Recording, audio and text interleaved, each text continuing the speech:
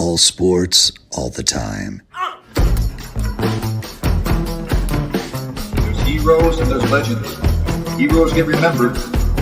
Legends never die. This is the Spoken Podcast. Hold your ears, folks.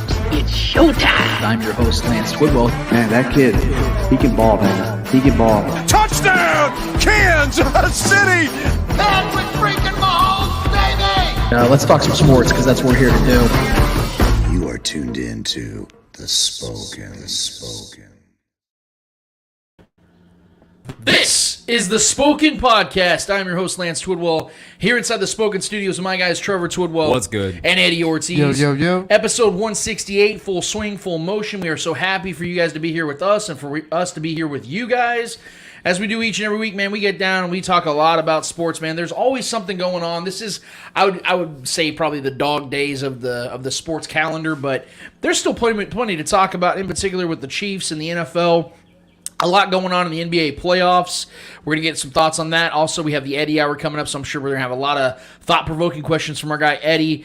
And we're going to, like I said, break down a lot of Chiefs talk. We have our guy from 810's Border Patrol. He is the producer of the show, the new producer of the Border Patrol with Steven St. John. We got our guy, Marco Marquez, a good friend of mine. He's going to be on our show today. This will be his first time on the show with us, and we're really excited to get some of his viewpoints and takeaways and thoughts on the Chiefs and in the NFL and how things are going. I think we've had general questions for our last few guests when it comes to the Chiefs and the AFC landscape and the way the NFL is looking and things of this nature, but I want to kind of dig deep in some of these in particular questions that I'm going to have for Marco, and I hope he's ready for it because this is going to be his first opportunity to do so on the Spoken Podcast. As we do each and every week, we want to thank everybody, whether you're live streaming, whether you're YouTubing, or whether you're podcasting. Thank you so much for being here with us. And speaking of the YouTube side of things, if you would be so kind, if you haven't already, man, hit us up on YouTube, subscribe to our YouTube channel. We're getting it to a place where we want to be able to have super chats where you guys can actually chime in throughout the duration of the show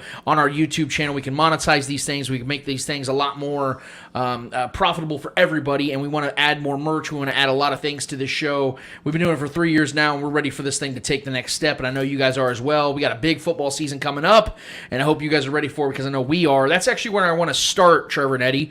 I had some thoughts early this week, and I've had some thoughts over the last several weeks, actually, about what I wanted to see the Chiefs do with their newly constructed roster, how I wanted them to construct their new roster. I knew that there was going to be a lot of changes this offseason. We all talked about how this is no longer the run-it-back tour. There's no longer this idea that you just bring everybody back and everything will go according to plan. Right. We know this is the NFL as well, that unlike most leagues, or more than most leagues, things have to change rapidly. Baseball, you can usually keep the same nucleus because you have guys on long-term deals, and unless they're just not performing to the level you want them to, or you can find a better trade out there, you usually can keep the same nucleus of guys. In basketball, you have your star players, and you can have a rotation of role players, as Shaq likes to call them, the others. Mm-hmm. But in the NFL, there are so many revolving doors at positions and coaching staffs and all different types of areas to construct a team. And we knew that this offseason, the Chiefs had a lot of work ahead of them. Now, they've had some advantages as head coach and quarterback. They've newly constructed their offensive line as one of the premier offensive lines in the NFL. There are stars across the board on this team, young and more veteran guys as well, across the board. But we knew that this team had to get younger. They had to get cheaper, quite frankly, and they had to go and get some more talent. Because as talented as the Chiefs have been over the last 4 or 5 years, they needed to add more. I said that in the draft, I wanted to see the Chiefs be aggressive in getting more defensive ends and edge rushers and just stockpile defense. They did that, but in a different way. But something else that I have been saying all offseason I wanted to see the Chiefs do was to maintain and add veteran presence at key positions. In particular, defensive end, edge rush, defensive line, and cornerback. Yeah.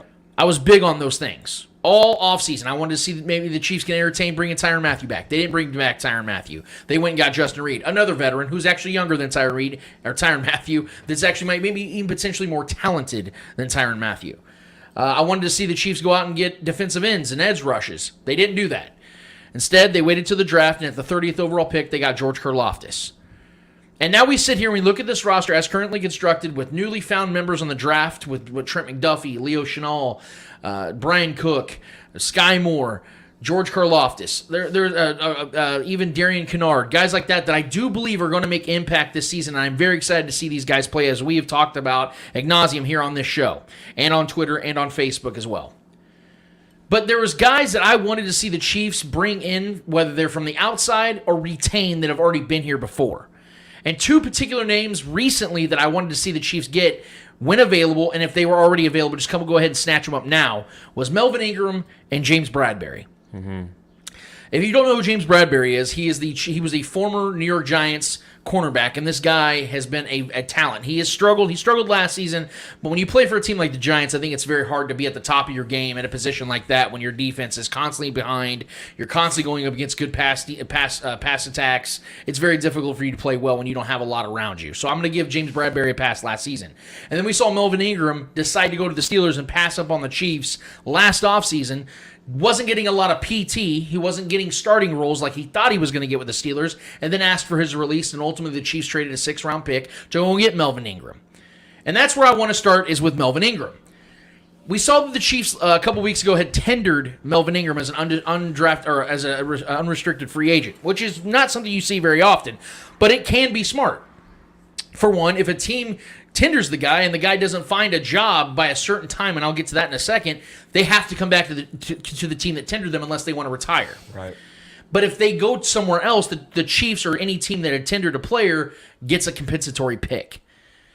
So this was a smart move by the Chiefs to do so, and the tender was around $4.4 million.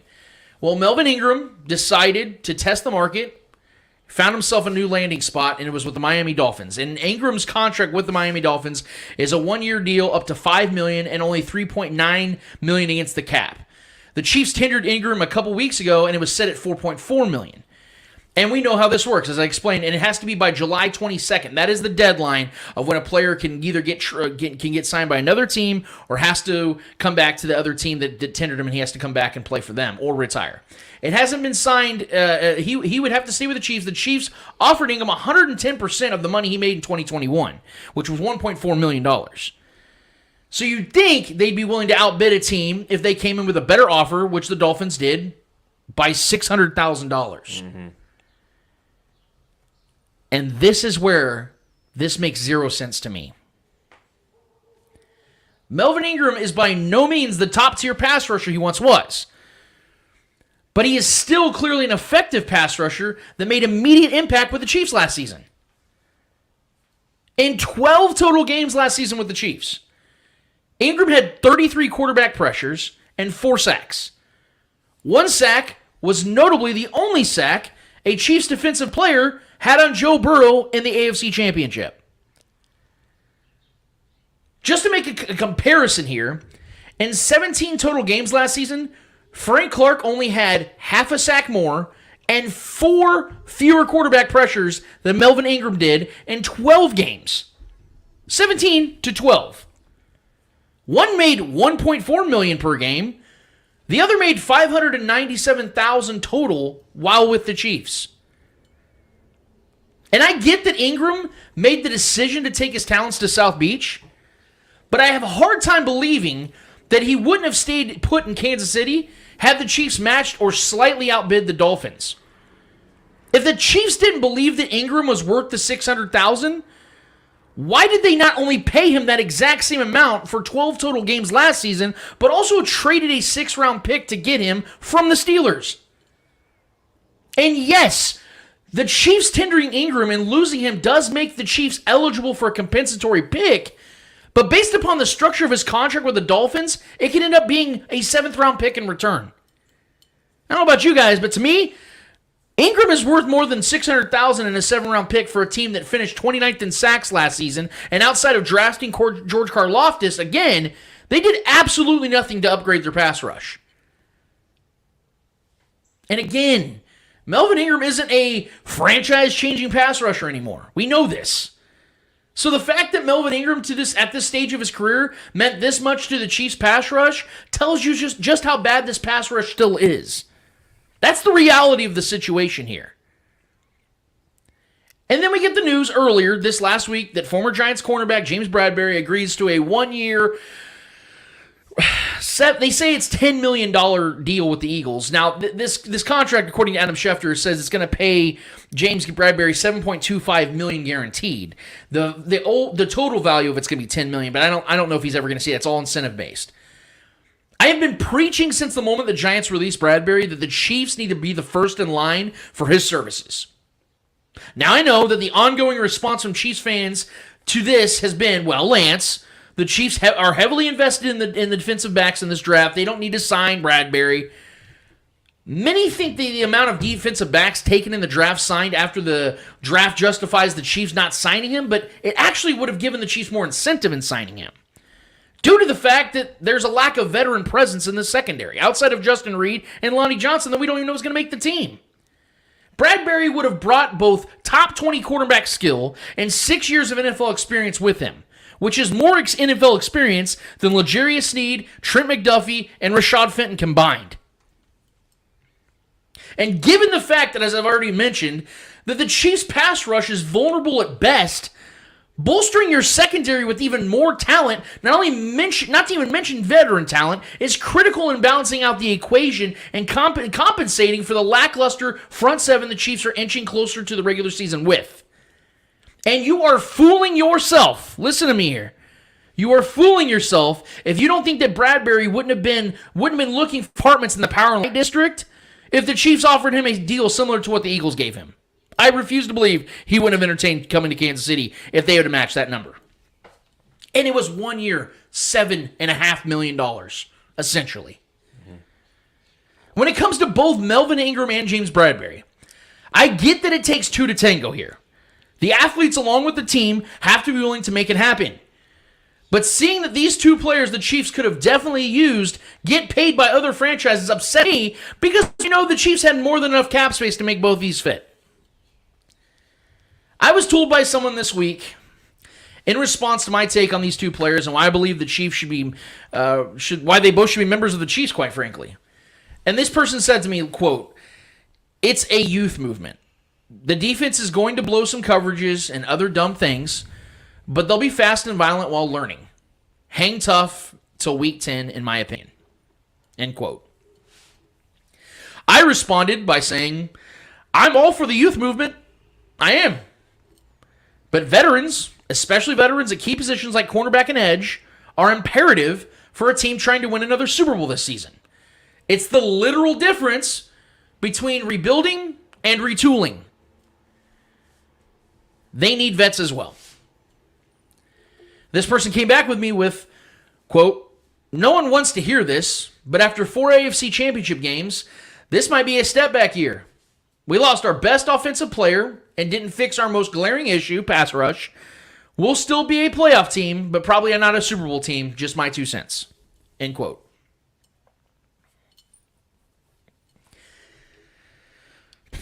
It's May of 2022. Patrick Mahomes is in his prime years. Andy Reid is at the tail end of his career.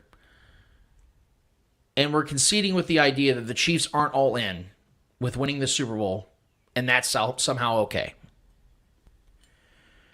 Is that okay with you, Trev, Eddie? You guys okay with conceding with the idea that the Chiefs aren't trying to win a Super Bowl each and every year as long as Patrick Mahomes is in the prime years of his career, and even after when he's still effective but not as great as he is right now? I don't think that's the case, so no. Is this okay with you, the viewing, listening audience? Are you guys okay with this idea that the Chiefs could potentially coming into this season with the mentality of taking a step back? Me? No, I'm not at all. Most of it, if not above all, we've all waited for our entire lives for this era of Chiefs football. And I'm not going to accept this idea that the Chiefs are approaching this season with taking a step back in mind. It goes against everything Brett Veach and Andy Reid stand for and quite frankly have built. This franchise has been aggressively building a winning team for 5 years now, and it has worked out beautifully. Unless I'm missing something, that hasn't changed. They have a world-class quarterback in his mid-20s and a talented roster that's both young and mostly cheap. So why wouldn't they be all in? That's the question I have today. This is the NFL. Nothing is guaranteed from season to season, let alone seasons down the road. This is why I never got into the idea of make sure that you just keep building draft picks. I love the way the Rams do things, where they're trading draft picks for sure things. They're trading maybes for what will be's. And it's worked for them. Maybe it's a short-term solution, but in the short term, they're winning Super Bowls and getting to Super Bowls. If the Chiefs didn't sign these much-needed veterans and played it conservative outside of the draft, then they failed us as Chiefs fans that now hold them to a Super Bowl or bust standard. I refuse to believe that their mindset, which is why this is not their mindset, which is why I'm so confused by this inaction when it comes to adding veteran players at key positions. And as frustrated as I am about these two inactions, if you will, I will try to be as clear as I can possibly be. I am a proud member of the Trust in Veach camp. Trevor got me the shirt for my birthday this year, and I love to rock that thing because I believe in what that shirt says. I trust in Veach. The man has more than proven himself. That doesn't mean I'm going to agree with every action and inaction. And the fact that we're nearing June and Frank Clark is still a pivotal piece to the Chiefs' pass rush worries me immensely. Sure, they could convert Leo Chenal to more of an edge rusher. That's more suitable to his skill sets. He's not a great pass coverage type of guy. He's good at hitting. He's good at getting to the quarterback and creating pressure. That could be possible. Joshua Kaindoh and Malik Herring could emerge into solid contributors. But do those scenarios strike you as likely? Especially for the 2022 season? It doesn't for me. The Chiefs are betting on maybes and could-bes to improve their vulnerable defense. Maybe it will work, and if in fact it does, Veach is even more of a genius than I gave him credit for. And I expect these rookies and young players to lead the way down the road, but they clearly need more veterans around them for this season, and those veterans simply aren't there yet. If this is the defense the Chiefs are going into Week 1 with, then I'm going into Week 1 very concerned. Maybe they'll jump in the June 1st cuts, but it's rare to find true difference makers at that point. So I'm going to just be as honest as I can because I know after the draft, man, we were sitting here pumped up, excited. Oh my God, this draft class was insane. And I still believe that. I still believe the Chiefs can get 3 to 5 day one contributors out of this draft. That's how great I think this draft class was. I think it's greater than the one they even got Creed Humphrey and Trey Smith and all those Nick Bolton, those guys. I think this could even be a better draft class than that. And if it is, if these guys pop, then we won't have a ton of concerns. If Frank Clark can decide to remove his head out of his own ass and play some damn football again, then those worries do go away. But a lot of these things are ifs. And I don't like looking at ifs when you're coming into an NFL season, especially when the AFC, to their credit, got a lot better. I know I've made mention that, some of these teams are overreached and overspent and overreacted. But the fact does remain, some of these teams are getting better. And they're getting more desperate to win, to beat the Chiefs. And although I still stand on the side firmly that the Chiefs are the representation of the AFC until proven otherwise, I don't like the fact that it's been ultra-conservative at adding key pieces here and there. Melvin Ingram, again, not a world beater, but he is a guy that made immediate differences and made more differences in a short period of time than Frank Clark did. And that's a scary thing to not have him. It's a scary thing not to have veteran cornerbacks on this team either, when the secondary is what they're going to ultimately be relying on this year because they can't get to the quarterback. And unless George Karlaftis becomes the next TJ Watt where he makes immediate impact, which he very well could, but I'm not banking on it, they're going to need something. And the secondary is going to be what they're going to have to rely on. What are your thoughts, Trevor? Yeah, I'll say this. I know you say you don't like ifs. I actually don't prefer, but I look at it this way. All sure things were ifs at one point. Right? So the only problem I really have, I don't really care about the Bradberry signing or non-signing. I feel like he hasn't been very good the last couple of seasons. Granted, he's been on a bad roster, but I don't think he's a guy that we need to really throw money to. In my personal opinion, I think I was more worried about the defensive line, more worried about getting some edge, edge production on the edge. That's we needed depth there, and we still need depth there. That's my only real concern in this defense. I think we loaded up on DBs. I think we're going to be aggressive in the secondary, and I'm excited about that. There are going to be hiccups. There are a lot of ifs on this team. There are a lot of new faces and new names on jerseys. I really wanted Melvin Ingram. I did. I wanted him back on this roster, but I think it's pretty clear he didn't want to be here. I think it's pretty clear he didn't want to be here last year. He chose the Steelers over us, right? He only got here because we wanted him here. So it was kind of a one-sided relationship, really, if we're being honest. I know he enjoyed the success when he was here. We had a good run with him. He was contributing. But I think it's pretty clear he didn't want to be in Kansas City. So I think that's that. It is what it is. I don't think the Chiefs could have done much else. I think he made his choice. So there's that. But like I said, I think ifs or sure things are always ifs at one point until they become a sure thing.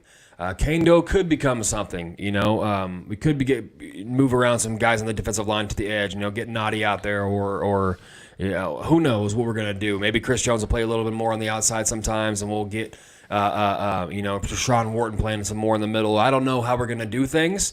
That could definitely be, granted, Chris Jones didn't really work out on the edge last year when we were experimenting with that. That wasn't working out, but we could try it again. Rotate some of these guys around with Chenal. Maybe, like you said, maybe use some of his speed and his aggression on the edge. That could work out. Maybe packs a little bit more size on him. I do think Karlaftis is a day one starter. I do think he's going to be a contributor day one. Just watching his film, man, the guy plays like a pro. He does. He plays very aggressive, and he's very quick off the line. I think that's going to be – we are missing that speed a lot. Because if you have his speed alongside Frank Clark's – love or hate Frank Clark, he's very great at setting the edge. He's very quick off the line. He's good at doing that. So if you have two guys like that that are quick off the line and can get to the quarterback, more specifically Karlaftis is good at getting into the quarterback, led in pressures outside of one other player in the draft. Listen, there's definitely worrisome. I'm not going to sit here and act like I'm fine and I'm secure. There's going to be a lot of things we're going to have to pay attention to in draft. There's still moves that could be made. There's not a lot of names out there. We got the Jadeveon Clowney, who I don't want to touch with a 10-foot pole. I don't want him here. That could still happen. He's still in the market for some reason, depending on if he's wanting too much money. He still thinks that highly of himself, even though he's had more injuries and sacks in his career, it feels like. I don't know. Ndamukong Suh still out there. Another JPP. There are names out there. There are veterans that can still help and contribute to this defensive line, which I would like JPP, a guy like that, to come in. But, they're all in the same pool as a Melvin Ingram. They're all in the same age group. So I think I'm actually excited about the secondary, though. I really am. I know I kind of am with the guy that was talking to whoever this ghost commenter was that you were having a conversation with. I actually like the youth movement. I'm very sold on that. I think that having speed, aggression, and youth on the secondary is something that we were missing significantly last year. Because we had aging guys in the secondary last year that were taking plays off, making business decisions. Not going to mention any names, but we had guys that just were not tackling. Yeah. Right, not sacrificing their body, and that's what this game is about. No offense, but this game is about sacrificing your body. That's what kind of the nature of this game is.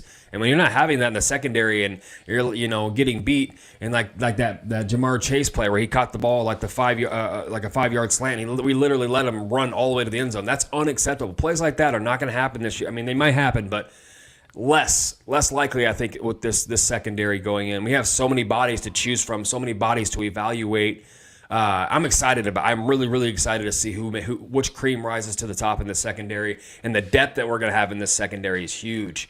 So I'm very excited about that. My only concern in this defense at this point is watching the development of this new linebacker core, this new young linebacker core, see if they can take that next step, which I fully believe that they will. And obviously the defensive line depth, the edge pressure, the guys that we're gonna rotate on the edge, because right now we have 3 guys that I'm fairly confident in, and that's not a good feeling coming in this offseason. But I think camp will answer a lot of questions. There still is trades to be made. There are free agents still out there floating around. Melvin Ingram would have been great to bring back just because he's familiar with this defense and he's already shown he can be successful in this scheme. It sucks, but you know what? He wanted to go to Miami, and I think it's pretty clear he wanted to be in Miami. He had every chance to come back to Kansas City. A grown man made a grown man choice. I can respect it. It just sucks that he's not in the red and gold this season. Yeah, I'm not too concerned. Yes, it sucks losing Melvin Ingram, obviously, because you want that veteran presence, especially the way he came in and he became the voice of the front seven. So it does hurt a little bit, but I think if Karlaftis can come in here and Chris Jones and Frank Clark can finally can step up and be the players that we believe them to be, we shouldn't be too worried or concerned about that. Then you have Bradberry. I wasn't too concerned. I said it last week. If we get him, great. I love to have him here. But if we didn't, it's really not that big of a deal for me. I love the idea of us going young in the secondary. We're finally getting the speed we need, especially with these receivers coming into the league, being more quick, more speed friendly, I guess you can say.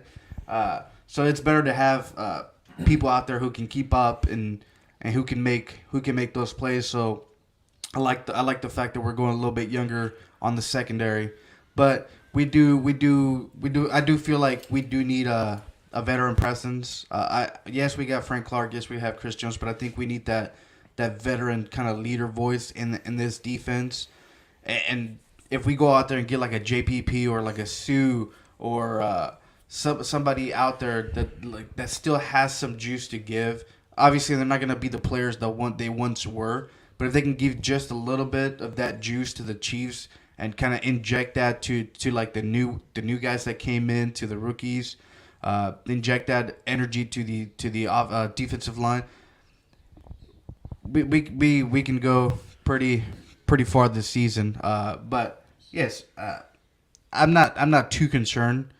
Would I have loved to have both of them? Yes, but it is what it is, and it's time to see what Veach has under his sleeves, especially now heading into a training camp here in the next month or so. So it'll be interesting to see if there's any more trades or what. Now, go ahead, Trev. No, I was going to say, I mean, before any other moves are made in this Chiefs roster, trades-wise, or bringing in somebody else, I think Orlando Brown Jr.'s situation's going to have to be taken care of first. Yep. That's what I've been waiting on. Yep. So, I mean, I don't know what the numbers are going to look like once that's done. I'm sure he's going to get a pretty hefty deal because he'll be around $25 million a year. Yeah, so I mean, he wants to be paid handsomely amongst the best, and one of the most important positions in football. You know what I mean? So I think he's going to get a pretty handsome deal. So I think waiting to watch the dust settle after that deal is done, which I thought it would have been done by now, but it's not. So there's obviously things being communicated between both parties. And I think Orlando Brown, is he representing himself still? Yes. Yeah. So I mean that's kind of a wrench in everything. That's going to take more time because he doesn't have no offense to him, but he doesn't have a competent agent. Not really a good way of going about making business. But for him. And I was reading online. I don't know. I was just I like going online.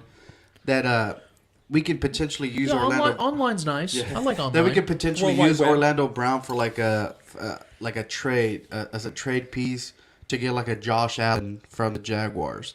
And I was very interested into that conversation. And I'm not gonna lie to you, I would pull the fucking trigger. I love Orlando Brown, but I would pull that trigger. It made me question, do I really want Orlando Brown and potentially having to pay him for an elite edge rusher, as an elite left tackle, or can the new guy come in and be switched to the left tackle, and then we still have Niang and I can't remember the Wiley. If Kennard can play left tackle, yes. So that's a whole new situation that you could potentially have Orlando Brown as a trade piece. Who made this? You don't remember? I can't remember, but I know I read it on Twitter. Scenario. I mean, this is the first I've heard of this. Yeah, which is a great, because I was thinking, it was like, that's actually a great scenario to have, because yes, I would love to have Patrick's blindside covered by somebody who is already made in this league. But if we can get a rookie, if we can get the new guy, the rookie, turn into a left tackle and perform. That's a lot of. You got to understand though. As much as I love, I'm not combating you. I'm saying like the idea of this happening. It's the problem. I have quite a few problems with it. And this is the guy I've been the one that's been preaching the most about Josh Allen and a Chiefs trade, getting him, because I think he would be an incredible. And the Chiefs would have to pay him ultimately too. Yeah. But the thing about it is, first of all, the Chiefs, what they gave up to get Orlando Brown Jr. Right. Second, you're talking about a top 10 left tackle in his prime years. You're giving up. And three, my thing is, although yes, I've been sitting here. I don't want to sound like a hypocrite here. I've been preaching the Chiefs need to get better at edge rush, defense, all these things. But it's hard for me to be so swift and quick to say, let's give up a guy that protects our $500 million quarterback's back. Because again, I talked about this, guys, about Trent Williams, probably the best left tackle in football.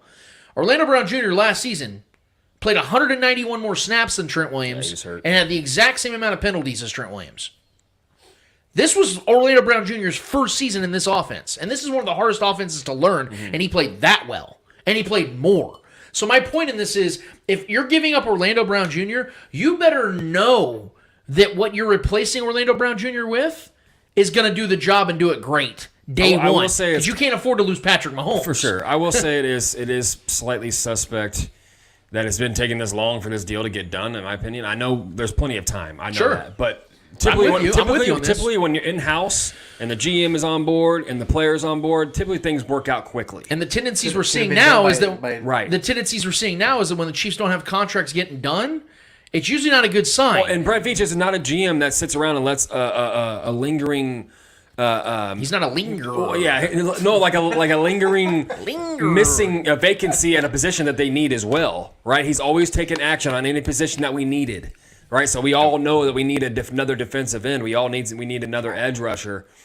So I mean, who knows, man? There could be something that's in the mix that they're trying to figure out. I don't know, but I mean, that scenario that would give me some time to I would think about. That might be the only scenario I don't want Josh Allen.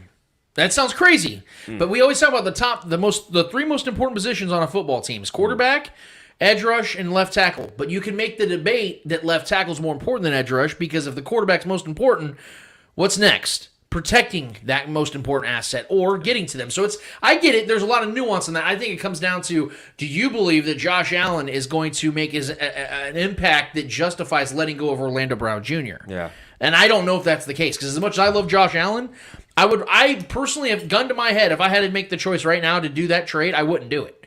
Because I want to know that Patrick Mahomes is going to be safe. Because at the end of the day, as much as I want this defense to be great, I want Patrick Mahomes to lead the way. Well, you know who's paid like a top-tier left tackle?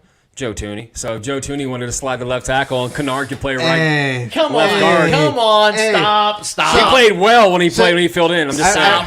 I read on Twitter from a guy called Chiefs Insider but it has no validity. It's just a good. Trust me, there's no validity when it comes to Chiefs Insider. Continue. No, I know, but it was a good. I guess it makes you think about it. Sure. So I was like, thought about it.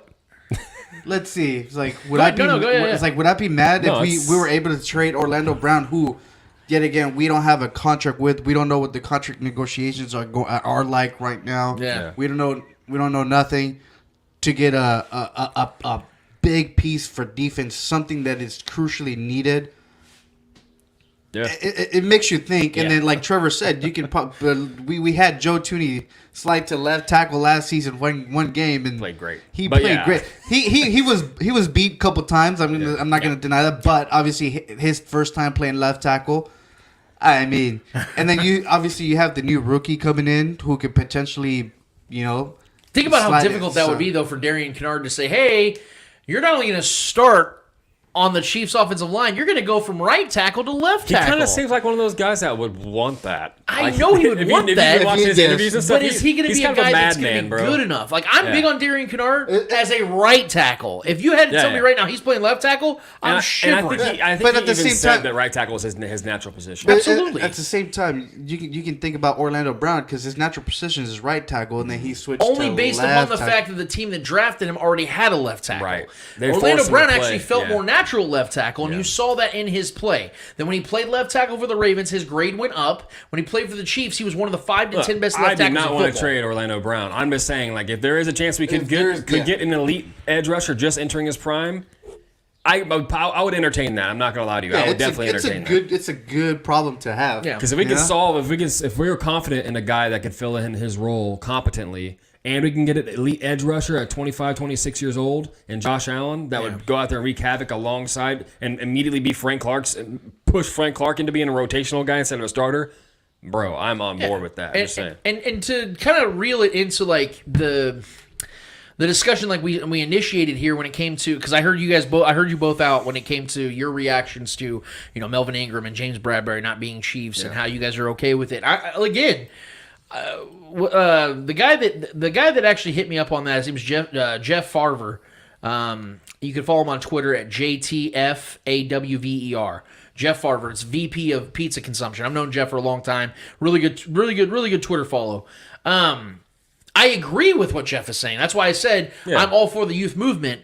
My point, though, is that we all know the realities of building an NFL team, a successful NFL team, is that you have to have veterans across the board. Yeah. You can't just have a bunch of 23-year-olds and just hope for the best. No, even with as great of a coaching staff as the Chiefs have, and they have the best coaching staff in football, you can't anticipate that you're going to get all these guys that are learning the game are going to play at a high level to get you back to the Super Bowl. It's just not reality. DeAndre Baker and Juan Thornhill, like our veterans in the DB. Man, DeAndre Baker's going to get cut in camp. Yeah. So you know what's crazy? Like, we're talking about we need that veteran presence, but yet again, we failed to acknowledge that Chris Jones and Frank Clark are technically our veterans. Oh, for sure they are. They've been in the league for quite a bit now, and so it's crazy. But Frank Clark sucks. That's the point you have to remember. He is not a good football player right now. Look, if Frank Clark is watching this right now, bro, I hope to God you prove me wrong. Go out there, play football like you haven't played since you've been in Kansas City. Your first season you had 8 sacks, and then you went on a tear in the playoffs. Do that again. Like, you're a 29-year-old bowler, dude. You've made a ton of fucking money. Go out there to Chris Jones. I'll defend him to the death. Because although Chris Jones didn't play well on the edge in the first few weeks of the season, he also had a hand injury. That was a thing. And there was nobody on the other side that was performing. So teams could literally run the opposite way with the ball. They can quick slants and get the ball out of their hands so Chris Jones can't get him, and basically diffusing him. And meanwhile, the middle of the defensive line was nothing. So they had no choice but to put Chris Jones back there. I was on board with the Chiefs trying it out because at that point they had no other option. That's the point I'm making about this offseason. Is the Chiefs did have options. They had opportunities to go get both veterans and rookies. Well, they got the rookie, and I like this rookie. I like him a lot. But they still didn't get veterans. And on a team like this, you have to go and get guys that can train this dude and make him better while also supporting him on the field. You got to have those. Remember, I know this team didn't win nothing. That's because of the quarterback and coaching situation. But when the Chiefs got Justin Houston, who was still there? Tamba Hali. You don't think for a second that helped Justin Houston dramatically to develop into the player he is? That fucking deal was crazy. We sit here and praise Alex Smith for what he did for Patrick Mahomes, who didn't even play for the majority of his rookie season, outside of one game, for doing what? Mentoring him into the player he supposedly is, even though I don't naturally agree with that wholeheartedly, like you guys know, and everybody watching this knows. But everybody says that. So why couldn't that be the same thing when it came to this? You really think Frank Clark's the guy that you want George Karlaftis to learn after? Come on, man. I don't mind it. Why not? He's not good enough is the point I'm trying to make, is you have to have on-field teach him production. about automatic weapons. But look at Alex. But if you're bringing the whole Alex Smith situation, he's not as good as Patrick, but yet again, he mentored him to who he potentially is, quote unquote. Exactly. And what happened? So now we can do the same thing with Frank Clark. Alex Smith had a career year that year and then faltered as the season went on about week 11. That's when Patrick Mahomes should have taken over. That was the mistake they made back then. The point I'm making in the comparison is you had depth. You had veteran and rookie depth. The Chiefs had options, is what I'm saying. Yeah. Alex Smith, you can stick with him, or you can go with the guy that's your best quarterback. George Karlaftis can be a rotational piece in the rookie year because you'd have Melvin Ingram, or you'd have a Jerry Hughes, or you'd have a, like you guys said, JPP. You get one of these guys, all of a sudden the pressure isn't on Karlaftis to go have a rookie record-breaking year. I will say, though, like for an example, like the Legion of Boom, they were all young guys. A lot of them were drafted together. A lot of those guys were young. That was a young defense that they brought up. That defense won a Super Bowl. You know what I mean? So there was not a lot of veterans on that defense. There was a lot of young guys, and they became a nucleus and a core, and they were their own catchphrase. You know, their Legion of Boom. You know, a lot of those guys. That's similar to kind of what the Chiefs, I feel like, are doing right now. That's why they loaded up on so many DBs, especially today's fast-paced game. That's a pass-first game now. I think they did what they had to do, and I think, bringing in Bradberry would have absolutely helped in my mind just for having him in the locker room. But I just think, I think McDuffie is going to be better than him. I think guys like that are going to be better than what he would produce in the field in my mind. And I think this all comes down to coaching either way.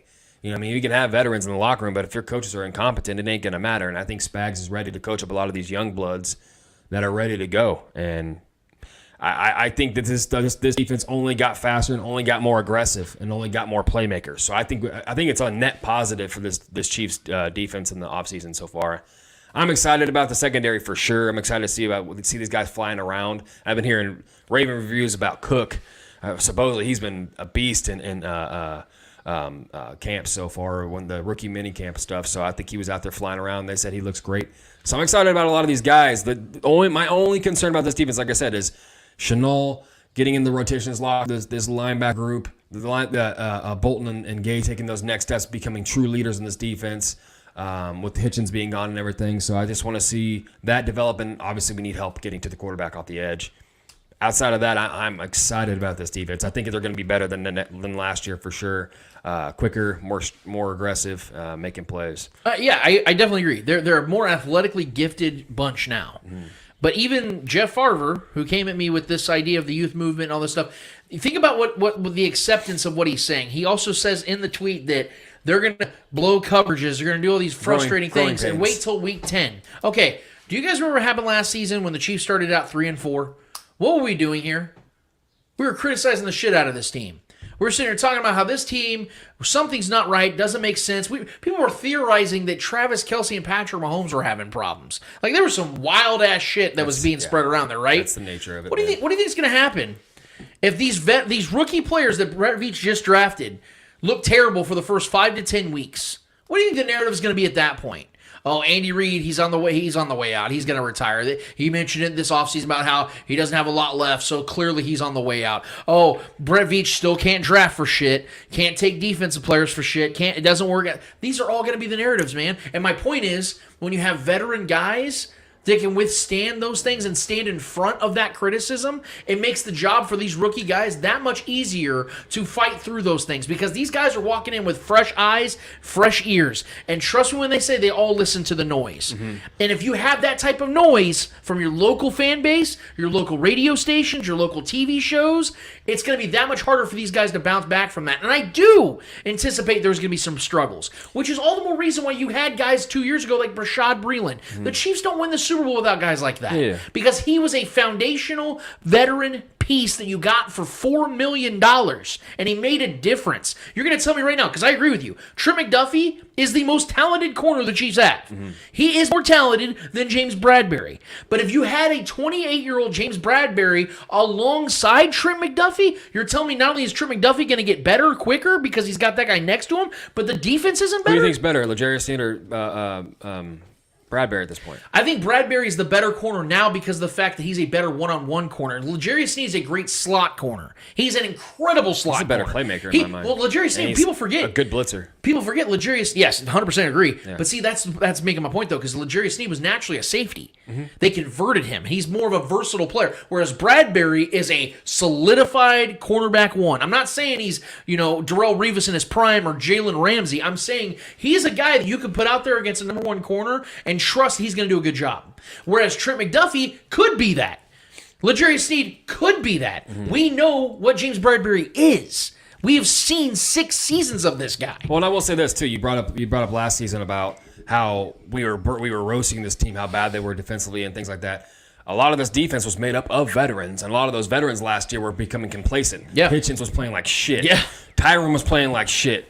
Chris Jones wasn't getting to the quarterback and finishing plays. Frank Clark was a ghost. Those were all veteran guys that were not playing well. So I mean, I think we kind of flipped this defense on its head. We got a lot of young blood that are going to be not complacent guys. They're going to be out there aggressive, trying to make a name for themselves. I kind of like that, but I agree that you always need the yin to the yang. You need a balance. But I still think we have some. Obviously, like you said, Chris Jones, Frank Clark. Those aren't DB guys, but I think in the DB room, I think L'Jarius Sneed better at this point now in that room, and I think absolutely. You know what I mean? So I think there are voices, and you know what I mean. I don't know, man. I don't know if we're going to bring another veteran DB in this. And then you also have Justin Reed who came in, who could potentially be that leader for those guys coming in for the. People keep forgetting about him. Trent McDuffie. Yeah. Obviously, you also have Lonnie Johnson. Obviously, he's not it's still a toss-up. We don't know yet what's going to happen with him, if he's going to be in the team or not. Yeah. But he still can be one of those guys that that the rookies coming in can look up to, be like, okay, he's been in the league for these many years for a reason. Mm-hmm. So, you know what I mean? There's something that they can learn from that. So, we still, that's why I'm not too concerned about Bradberry not coming into this team. Just for the simple fact that, yes, though we need that experience, we technically have it with Lonnie Johnson and Justin Reed. So I just think, like I said, my only concern is just getting after the quarterback. So you get after the quarterback, these rookie DBs will make plays because these guys are fast, aggressive, and they're playmakers. We saw that with Marcus Peters when he first got here his rookie year, making plays all over the field. Like, who is this guy? We didn't know much about him when he came into the league. I mean, we knew he was a good player at Washington, but we didn't think he was going to transition that quickly. His game, he was a ball hawk. So we have a couple guys like that on this roster now that are ball hawks and playmakers and aggressive players. So if we can get pressure up front, these guys will make plays. That's just that they will make plays. That's my least concern in this defense is our DBs. Yeah, and I know we're young, I know we're inexperienced on there, but I think just getting after the quarterback. Yeah, the pass rush for me. Pass rush is what a little bit concerning, but there's still some names out there that they could potentially trade for somebody. It's still time. June 1st cuts will happen. Yeah. There will be guys that get cut like, oh wow, like I didn't anticipate that. Like maybe the Chiefs will be interested. The waiver wire and all these other things. These things will occur. My point though is when you see guys out there that you can get and not only will make immediate impact, but would be guys that you don't have to spend big money on. Because I agree with you, the Orlando Brown Jr. Contract extension is the number one objective right now. It's the number one priority. But even with that still in loom and still in balance, the Chiefs could have still think about it. You could have gotten James Bradberry and Melvin Ingram for less than $10 million combined. Think about that. Yeah. The Chiefs have $19 million in cap right now.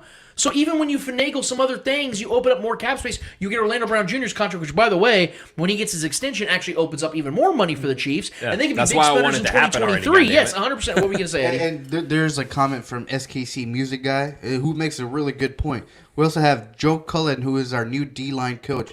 Maybe that helps with our D-line concerns. Maybe he maximizes our D-line better than Brendan Daly did. So it's another what-if there. That's a very valid point because Joe Cullen was a defensive coordinator in Jacksonville, and he did a damn good job. He saw the way he played against Josh Allen in Buffalo, held them to 6 points. He played, and the chaos that Jacksonville had last year under Urban fucking Meyer. Yeah. So that's a great point. I love the Joe Cullen signing, and I do anticipate that's going to help things. The right voice could definitely make a big difference. Yeah, but at the end of the day, when we talk about veterans, when it comes to guys like Frank Clark, who have been in the league 7-8 years now, it comes down to their want to. Because Joe Cullen could coach his ass off. But if Frank Clark isn't tapping in, like Joe Cullen's going to get the most out of Karlaftis. Joe Cullen's going to get the most out of Mike Dana and some of these other younger passers, maybe even Josh Kangdo and maybe even Malik Herring. Maybe. Yeah, actually these younger guys that they still have going on. But guys like Frank Clark and Chris Jones, it's going to come down to, are you guys going to tap in or not? I think we know Chris Jones will. I think we will see a good Frank Clark this year. I know a lot of people are speculating on him and a lot of people are writing him off. I think we're going to have a good Frank Clark because this is basically a contract season for him. And I think he's trying to earn his next contract wherever he goes. It won't be here. But wherever he does go, someone is going to do, because there's always teams that are paying guys big money. Yeah. We just saw Von Miller. Granted, Von Miller's a whole other level, but Von Miller just got that crazy big contract. Chandler Jones got a crazy big contract. They're all much older than Frank Clark at this point. So I think Frank Clark is still young enough to get this next big contract and his final real big contract of his career possibly. And I think if he knows if he goes out there and performs, I think we're going to see a very motivated Frank Clark. Oh, the incentive is there. Yeah. That's what I'm saying. Like that's why I rise the challenge to Frank. I'm like, go out there and prove us wrong here. I think that's what the kind of Chiefs are kind of banking on also. That's a scary thing to bank on, man. I know. That's like, because even if he was to come into the season with full intention of I'm going to play my best football, he also has stomach ailments. That's something he needs that to keep put the you Uzi out. In his front, the front of his pants. He's got the Uzi right there. No one's got to touch him. We still don't know if he's going to be suspended. Exactly. There's also our guy Kyle Henning from the Kingdom Says podcast said he's dealt with similar ailments to what Frank Clark has, and you can't stand up and walk sometimes. Yeah. So even if Frank Clark was to play at his best when he's available, there could be weeks where we don't have him available because of the fact that he just can't physically do it. Probably. That's my point. Is there's a lot of questions with him. So I do love SKC. What was his name? SKC Music guy. Shout out to you, man. That was a great take. Yeah. I really do appreciate you bringing the whole Joe Cullen thing to fact. My point remains when it comes to what I'm saying though about these acquisitions is the Chiefs didn't get outpriced by anybody. They missed Melvin Ingram by $600,000. They spend that on fucking cones in the parking lot. I just feel like the Chiefs were never interested in Melvin Ingram. Yes, I know they offered the tender, but I felt like they did that just so they can get a draft pick out of it. And it's probably going to be a 7th round pick. That's the point. You're not getting anything of value because if you look at the current contract structure with the Dolphins, the way they built it, unless Melvin Ingram goes out there and has 15 sacks next season, the Chiefs aren't going to get anything of real value out of that. I understand that they want to stockpile picks, and as it currently stands, the Chiefs are going to have around 12 next year, which is exciting because Brett Veach has gotten better in the draft and things of that nature. But we got to remember something, guys, that Andy Reid's not 51 years old. We've got probably, 3-4 years most out of Andy Reid, at the most left? You got 3 or 4 more shots to make this thing really happen. And then after that, there's a level of uncertainty that comes and follows Andy Reid's absence at head coach. We can assume that someone great's going to be out there. We can assume the Chiefs go out there and get him. But there's a reason why it was special that Clark Hunt went and got Andy Reid the way he did. Because you don't see that shit very often unless it's Jerry Jones overspending on a middle-tier head coach at best and Mike McCarthy. Yeah. Great coaches like Andy Reid don't just sit out there and wait. It just doesn't happen. So you only have so many cracks of this. Do I expect for the next 10 years the Chiefs to be one of the 3 best AFC teams? Yes, because Patrick Mahomes is special. He's unprecedented. But Andy Reid plays a big part in that. And if you want to win Super Bowls, you do it while you have the best head coach quarterback nucleus in the game. That's how Tom Brady and Bill Belichick did it. They weren't even close. They never went to dinner. They never did shit together off the field, but it worked between the lines. And you have that here in Kansas City now. So when you have veterans out there that you can get for $7 million that can make day one impact, when you have rookies across the board at that position, when you have a Melvin Ingram who already played here and played at a decent level for $600,000 more dollars, to me it's common sense. I don't think Melvin Ingram wanted to be here, though. Yeah, I think he chose Miami. Yeah. There's no way he wanted to be here. Because if $600,000 was what made or break his choice, if he wanted to compete for a championship, he knows where to go. But he's not even making money in Miami. He's making at most $5 million. Yeah, and that Dolphins team, unless something breaks for them, they're not going to be a perennial playoff. That's my point. That's what he's saying, though. That proves his point. He took less money potentially to go play somewhere else. He chose the Steelers over us last year too. He had a chance to play here before he went to the Steelers last year. The Chiefs had the tender, which means that gives them the right to match the offer. No, I get it. So the Chiefs didn't pay him what he was looking for. Is what I'm saying. We don't know if the Chiefs matched the offer, and maybe we didn't want to. The offer was $4.4 million from the tender. It was a $5 million deal the Dolphins gave him, so it was $600,000 in difference. If the Chiefs would have matched that, he technically would have had to come back to Kansas City. That's the point I'm trying to make. We just don't know the communication between. Maybe the Chiefs were in communication with him. He said, "Look, I want to play in Miami. Don't match it. This is where I want to be." It's like, all right, that's what it seems like to me. Yeah. I think if the Chiefs really wanted him here, we would have gotten him here. It's kind of like the Tyreek. But do you really want a player playing here that doesn't want to be here? I don't want. On the flip side, I don't want to be the guy that says that Melvin doesn't want to be here when I don't know that to be factual. I don't either. Yeah. I'm not saying that's what it was. I'm saying that's. But that's what it looks like. And if I had a choice to play, granted, I know you have location is whatever it is, but an aging veteran guy probably wants to coast the rest of his career. Playing in a warm climate in Miami sounds great instead of going through the winter in the Midwest and things like that.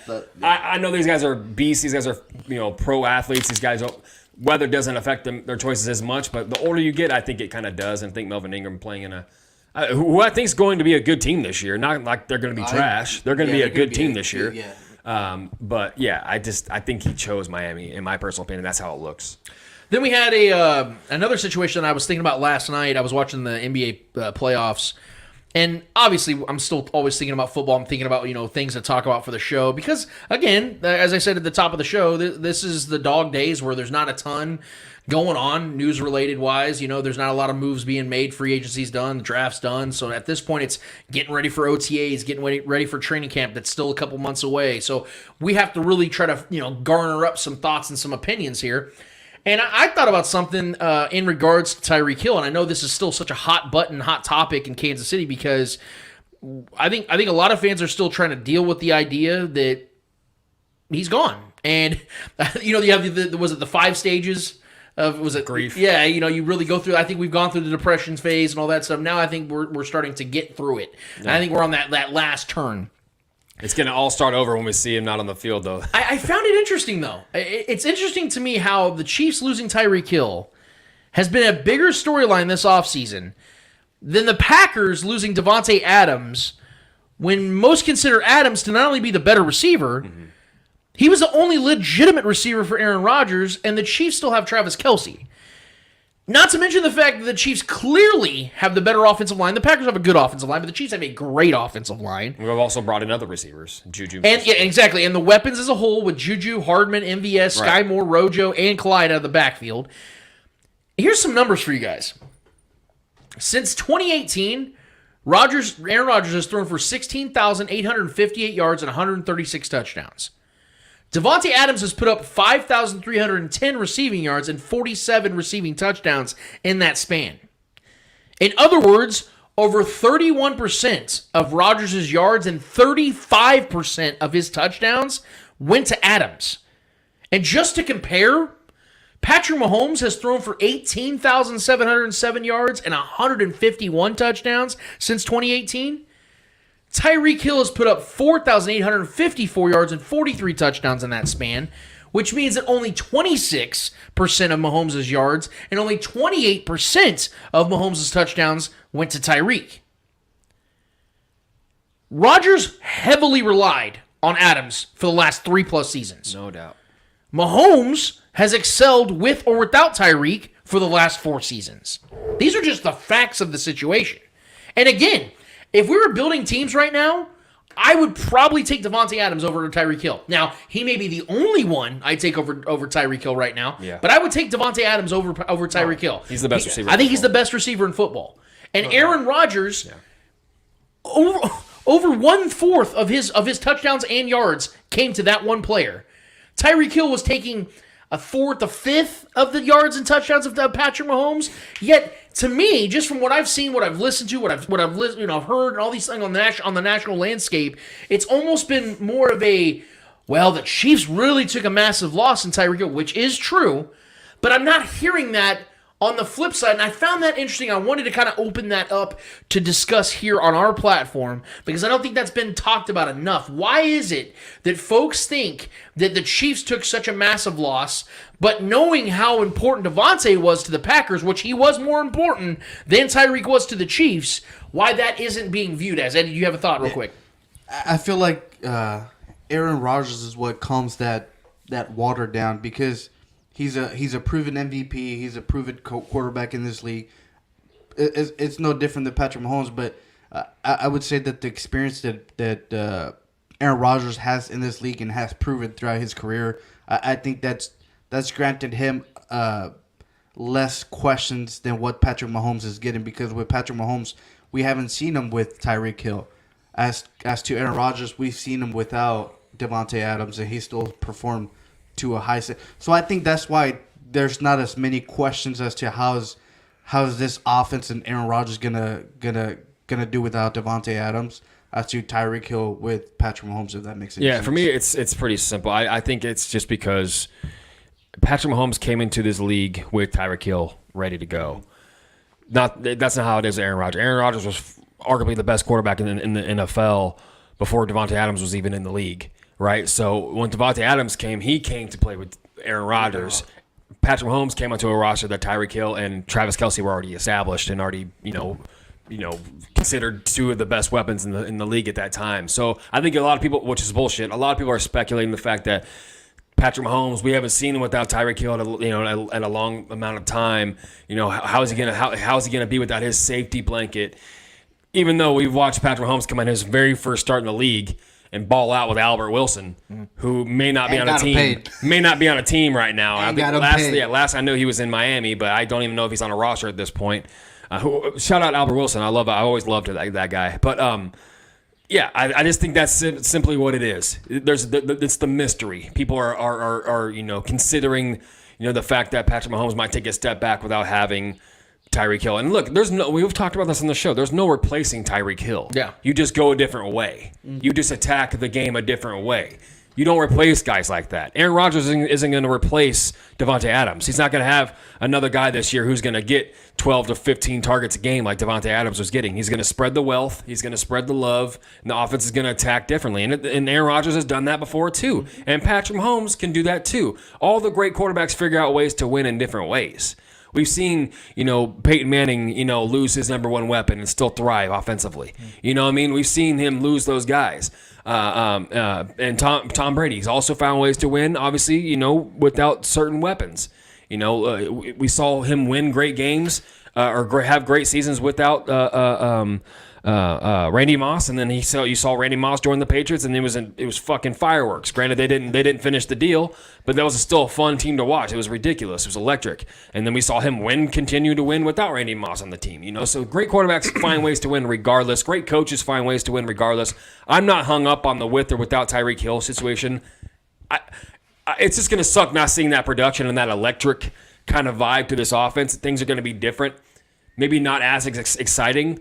I'm excited about wins, and I think Patrick Mahomes and Andy Reid are going to find ways to win, regardless if Tyreek Hill is on this roster or not. It's just we're going to be winning in different ways. Yeah. I just think we're hung up on the namesake right now, and I think it's once the season gets going and we are collecting wins, we're going to forget about that talking point altogether. Well, I looked it up. You guys obviously know where Patrick Mahomes, what he's done without Tyreek Hill in his career. There's been 5 games, and we know that they're 4-1. We know that Patrick Mahomes averages 374 yards. Has 8 touchdowns, only 1 interception with a 103 quarterback rating without Tyreek Hill. Yeah, man. Okay, Aaron. Here's the thing. Here's the crazy thing is that Aaron Rodgers without Davante Adams and Patrick Mahomes without Tyreek Hill are almost identical in their careers. Win. They find ways to win. Yeah. So in 12 games. Or in 11 games, rather, that Aaron Rodgers has not had Davante Adams since Davante Adams got drafted to Green Bay. The Packers are 10-1 in those games. So it's the exact same win percentage as Patrick Mahomes without Tyreek Hill. He actually has a 113 quarterback rating without Davante Adams, which is incredible. And it's higher than Patrick Mahomes without Tyreek Hill. But here's where it gets interesting. So Patrick Mahomes played 5 games without Tyreek Hill. Aaron Rodgers has played 11 games, so that's 6 more games, yet has only gotten barely 1,000 more yards in those games without Davante Adams and Patrick Mahomes without Tyreek Hill. They have the exact same amount of touchdown to interception ratio without those 2 receivers. So Aaron Rodgers has 24 touchdowns to 3 interceptions.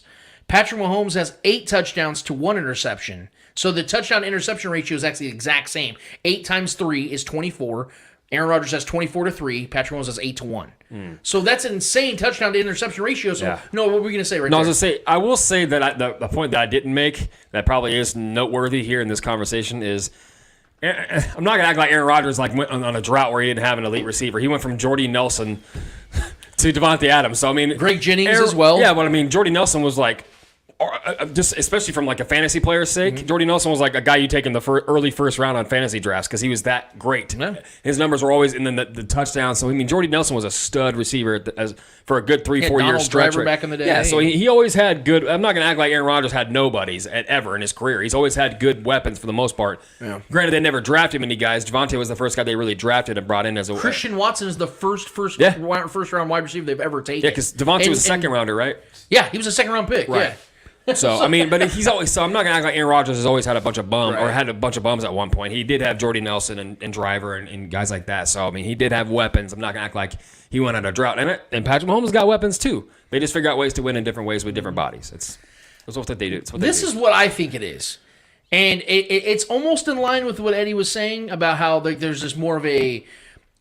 I don't even want to call it a sure thing when it comes to Rodgers as opposed to Patrick because I think we all agree that Patrick has done more than proven himself in this league. We know what he is. Like he's one of the greatest quarterbacks, if not the greatest quarterback that we've ever seen play football. Same with Rodgers. I think what it is I think it's also what Trevor said is that Patrick walked into this situation with Tyreek already in the stable, whereas Aaron Rodgers, predated Davante Adams. I mean, there are those that think Patrick Mahomes was made by the weapons, not the other way around. Yes, yeah. and that's where I want to combat it. It's I found it interesting. I wasn't upset by it. Mm-hmm. I just found it interesting that because of the fact that Patrick still has a security blanket and Travis Kelce already in place, whereas we have no idea. Because not only did Aaron Rodgers lose Davante Adams, he lost MVS, Marquez Valdez-Scantling, who ironically came to the Chiefs. So he lost multiple weapons this offseason. But yet, I think what it comes down to is this. I think there's higher expectation now, a higher standard for even Patrick Mahomes than over Aaron Rodgers, who's a back-to-back MVP. Yeah. Think about it. It makes sense. Because right now, as it currently stands, I think the Packers have the 9th best odds, 8th best odds to win the Super Bowl, whereas the Chiefs are in the top 5. Because they know that even though they don't have Tyreek Hill, Patrick Mahomes can still elevate his team over the expectations. And every single year, outside of last year, as I've said in last week's episode, the Chiefs have overcome their over-under win totals from Oddshark and Bovada and these other places since Patrick Mahomes has been their quarterback. So the expectation is there that even though, yes, Tyreek Hill's a massive loss, I think Patrick Mahomes is going to overcome it. I think that's why it's been more of a storyline, is that people are paying close attention to what Patrick Mahomes can do for an entire season without him, as opposed to what Aaron Rodgers is. Also the fact that I think people know that not only do we have much more years to come of Patrick Mahomes than Aaron Rodgers, who's at the tail end of his career, I think that people realize now that Aaron Rodgers is just kind of in this weird place in his career where he loves football, he plays football, he's very competitive, all these things. But not only have his playoff blunders continue to happen and emerge every single year, but there's just a lot going on with Rodgers as a person.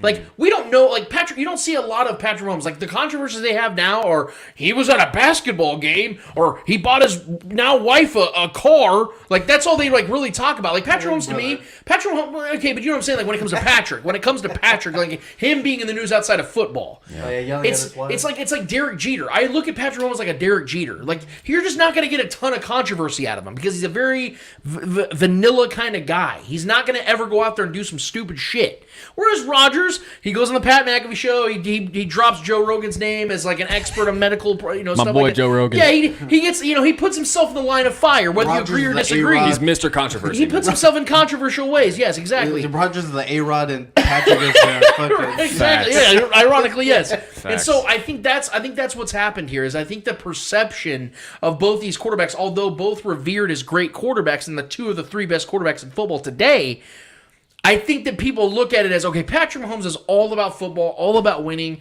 Rodgers got some shit going on. Dude is just kind of out there. He does this thing where he eats butter until he poops and pukes it all out. Like, there's just a different, I think, look at these two guys. And so when both of them simultaneously lose elite star receivers, I think that it gets translated differently between the two guys. And so I just love the fact, like I said, this became more of a talking point of Patrick losing a star than Rodgers losing a star. And I think it's based upon perception, expectation, and the new standard that is put on these two quarterbacks. I don't think a lot of people are, even though the NFC is way by far the inferior conference now. Yeah. I think there would be more people, and we can run this poll, more people would expect the Chiefs to be back in the Super Bowl before the Packers. I think a lot of this has to do with legacy, though, too. I think Aaron Rodgers' legacy is kind of already set in stone. Whether he wins another ring or not, that obviously will help his legacy. But I think people are kind of already aware of what Aaron Rodgers is. I think people are more speculating on what Patrick Mahomes is going to be now that Tyreek Hill is gone. I just think that's what his legacy is going to be post Tyreek Hill. You know what I mean? Are they still going to be a Super Bowl champion? Are they going to be a championship caliber team still without Tyreek Hill? Right. I think that's more of the speculation rather than, which quarterback is better or how are they going to respond, without their weapons. I just think it's because Patrick Mahomes is so young. He's already had so much success early on in his career that it's made the judgment on him that much heavier because the crown is so heavy on the young head of his that I just think the expectations are higher on his end because he's already far much more successful than Aaron Rodgers ever was at that point of his career at that time. So that's what I think it is. I think Aaron Rodgers is kind of this guy that everyone just kind of knows who he is. Not that no one doesn't know who Patrick Mahomes is, but I think that the early success he's already had and the expectation he's set for himself already so young and being a champion already at this point of his career and continuing to want to win championships, I just think that's the expectation. Can he do it without Tyreek Hill? I think that's the national talking point there. We had a guy hit us up on Twitter that said his name's Rafael Del Ghetto. Good name. He goes, we've seen Rodgers do fine without a star wide receiver. We don't know what Mahomes will look like. I disagree. I 100% disagree. I'm excited. I think I know what Patrick Mahomes is without Tyreek Hill because we've seen it in several games now. It's not one game. It's not two games. It's 5 games. And also the fact Patrick Mahomes has 28 career touchdowns in the playoffs. Only 5 of them went to Tyreek Hill. So 23 other touchdowns went to other guys like Byron Pringle. Allegretti caught a touchdown last year. Like we've seen him 49% of Patrick Mahomes' career touchdowns have gone to guys not named Tyreek Hill or Travis Kelce. Yeah. And Travis Kelce's caught over 30% of those touchdowns. So that leaves only, 20-something%? Again, like I said, 26% of his career touchdowns to Tyreek Hill. And these are the kind of scenarios, too, that can make Patrick Mahomes even better. You know what I mean? These are the kind of things that can force the evolution of a player to get better, to find when you're forced to find new ways to win, it can unlock new skill sets and maturities within not only the physicality of the game, but the mental maturity of a player, especially a quarterback. And when you're forced to go into a situation where you don't have that safety blanket or you don't have that go-to guy, sometimes that can force you to evolve and create new avenues and new skill sets for your individual game. That's the part I'm excited about for Patrick Mahomes. Yeah. Not just the mental side of it, but seeing him go out there and spread the ball around and to new faces and new names and new numbers. That's what I'm excited about, man. I mean, I know Tyreek Hill, funneling targets to Tyreek Hill is fun because literally anything can happen at any moment with the ball is in his hands, So that is exciting, but, it's also exciting on the flip side of that to see what Patrick Mahomes is going to do and the unpredictability of this offense now that Tyreek Hill is not on this roster.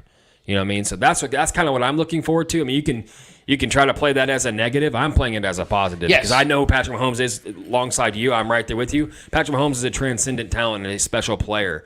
And is going to go down as arguably the greatest to ever do it at that position, in my mind personally. So I think guys like that rise to the top of when they're called upon and when things change and they adapt to those changes. And I think that's exactly what Patrick Mahomes is going to do. He's too great. Andy Reid's too great of a coach to be outsmarted by players' absences. And I think that we're going to be a great team either way. I'm going to kind of piggyback off this conversation and talk in particular about Rodgers and Mahomes' legacy here because I'm going to slightly disagree about what you said about how Rodgers' legacy is set in stone. Not entirely. Back-to-back MVPs, right? And he did those with Davante Adams. He did that with, I don't know how great Nathaniel Hackett is, but I do know that in the time that Nathaniel Hackett was their OC in Green Bay, he did win 2 of his 4 or 3 MVPs, right? So I'll give Nathaniel Hackett some credit here, all right? But he didn't call plays, but he was there. I think if Rodgers goes out there this season and finishes in the top 5 to 10 in yards and touchdowns without Davante Adams, I expect him to. That's going to bolster his legacy. For sure. Because for the last, 7 years now or 8 years now, he's had Davante Adams. And Davante Adams in the last 5-6 years has been an elite receiver. Right. At least 5 years. So think about it. If Rodgers goes out there 39 years old with a bunch of nobodies and a bunch of rookie guys that we're waiting on to see what they become, and he throws 40 touchdowns, he throws for 4,500 yards, you think you're going to tell me that doesn't elevate his legacy? I don't think so. Not to the... Cause, listen, I think the only way he bolsters his legacy at this point is to win a championship. Everyone knows Rodgers is going to go get his numbers, man. Everyone knows. Every season he gets his numbers. He's the best touchdown to interception ratio of all time. Every season he's the best touchdown to interception ratio. Extremely accurate. Find ways to get guys that are no-name guys and get them numbers as well. He's going to get his numbers. Aaron Rodgers is going to be the tops of all the numbers and everything you want to see. The statistics, the analytical side of everything. He's going to be up there in all those stats. That's what I'm saying. That's why I think his legacy that is set in stone is that. He's going to be a great statistical quarterback every year, but he's underachieving. Yeah. And that's my guy, right? And Aaron Rodgers is my guy. But he's looking back on his legacy, it's going to be an underachieving legacy. That's why I think it's already set in stone. The only thing that's going to break him out and maybe etch a new thing in that stone is a Super Bowl victory. That's the only thing. And he's continuing to fail in the postseason. Yeah. None of those numbers are going to matter when you're looking back on his career and his legacy, other than adding a new ring. I think we're both. I don't want to pat myself on the back here, but I think we're both right in a certain regard. Yeah. If it's Aaron a flex. Rodgers, it's a flex. He can go out there and ball out. Because think about it. There's no way in the world the Packers, as currently constructed, can win a Super Bowl unless Aaron Rodgers balls out this year. For sure. The legacy aspect of he's got to do that in postseason. He plays at a high level. I think that helps his legacy because it's also going to help his team get into deeper in the playoffs. Mm-hmm. Right? He gets to another Super Bowl, wins it without Davante Adams, no less. Yeah. And it's the first Super Bowl he's won in, 11 years. Then you're talking about, his legacy is going to bolster because people obviously view championships and playoff success above everything else. But it's because of the fact that Aaron Rodgers has already had playoff success in his career, I don't think it's as hinging upon his legacy as other guys like a Dan Fouts, who put up tons of numbers, Dan Marino, who put up a ton of numbers and never won. right? Like Jim Kelly, really good Hall of Fame quarterback, but never won the big game. Because of the fact that Aaron Rodgers has already done that, I think that there is a cherry on the top aspect to his numbers being great, with no less without a great wide receiver available, if in fact he does that. You know what I mean? I think there's a cherry on the top effect here. Now when it comes to Mahomes and his legacy without Tyreek Hill, first of all, I wasn't ready to let this one go because I felt like they could really become like that Peyton Manning and Marvin Harrison where they played 10 years together. Like I was really looking forward to that being that. And when we look back at like the greatest duos ever, I guess we'll just have to settle with him and Travis Kelce. It's going to hit hard when the season starts. It's going to hit hard. I actually do think that it's almost like a reversal effect. Because Patrick Mahomes has set himself so high with his production immediately. The standard's the AFC Championship. I think if Patrick Mahomes throws for 4,600 yards this year and 38 touchdowns, people are going to be like, damn, he did that without Tyreek Hill. But there's always going to be he had Travis Kelce. Yeah, people were big on Sky Moore. Yeah. Well, Juju Smith-Schuster put up big numbers with Big Ben. Contract year. It's going to take Patrick Mahomes to get back to the Super Bowl for this to really bolster his legacy. Right. Because what happened just last season? Last throw of the year for Patrick Mahomes was what? A pick that bounced off the hands of Tyreek Hill. Yeah, but what I'm saying is with Aaron Rodgers, he's a back-to-back MVP, which is a regular season award, right? So everyone knows Aaron Rodgers is going to be arguably an MVP regular season guy. So that's why, to me, the only way he can really bolster his legacy is to go get a ring, because everyone's expecting him to be an MVP caliber player every season, with or without Devontae Adams. He's always going to get his numbers year in, year out. As long as he's healthy, he's going to throw some crazy numbers and be arguably the most accurate quarterback in the league every year. That's who he is. So I think that's the expectation already. So I don't think the expectation can't really bolster your. I know he's getting older, but the expectation to me can't really, like say Peyton Manning when he went to Denver, he never won a ring, but his numbers were what they were. His numbers were incredible those years. Yeah. Outside of his final season, but those years where he was throwing 50-plus touchdowns, insane yards and everything he was doing with those players in Denver, but they never won a ring. Would that really have bolstered his career the way it did when he did win the ring? That's what I'm saying. Getting jewelry is what bolstered Peyton Manning's career at that time. He brought a ring to Denver, and that team was incredible. He was incredible. I just think, for me personally, as an Aaron Rodgers guy, I think the only way he can really bolster his legacy is to go get another chip. And I don't think that's going to happen, in my mind personally. There was also something that came out this week talking about Clyde Edwards-Helaire. And our guy Marco Marquez is going to be with us in just a second, so just bear with us. But there was also some news I heard about Clyde Edwards-Helaire talking about on a podcast this week in regards to having a gallbladder problem when he first started his NFL career and how he dropped down to like 160 pounds before the season began. Oh, yeah, you get sick. And he was dealing with a lot of off-field stuff. And the reason why this mattered to me is for a couple reasons. One, we all remember the LSU team in 2019. That was maybe the greatest college team ever assembled. And Joe Burrow, the quarterback of that team, who's now put himself and staked his flag in the NFL as one of the best premier quarterbacks in the league, talks about to this day about the best player he ever played with on that LSU team in his college career, and it was Clyde Edwards-Helaire. And that's, I think, one of the biggest reasons why the Chiefs were so big on him in the 2020 draft. And that's what Jamar Chase on that roster. Because I don't believe the Chiefs. Yes, exactly. Yeah. I don't believe the Chiefs viewed Clyde Edwards-Helaire as a running back per se. I think they viewed him as a weapon.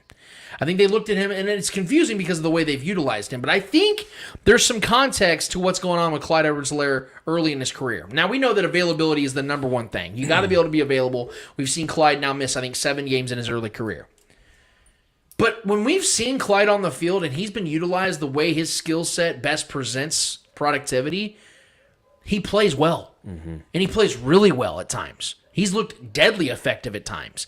And I think there's something cool because I'm big on the Rojo signing. I think that Rojo has an opportunity to be the running back one on this team. The true running back, yeah. But if we know anything about the league, and especially Andy Reid's offense in particular, there is no true running back one unless you're just an elite player like Kareem Hunt. We all knew when Kareem Hunt was here in Kansas City for that short time, we knew he was the guy. There was no debating it. He was just special. Yeah. Yes. You get special running backs, you know that, okay, there's no debating it. That's the premier guy.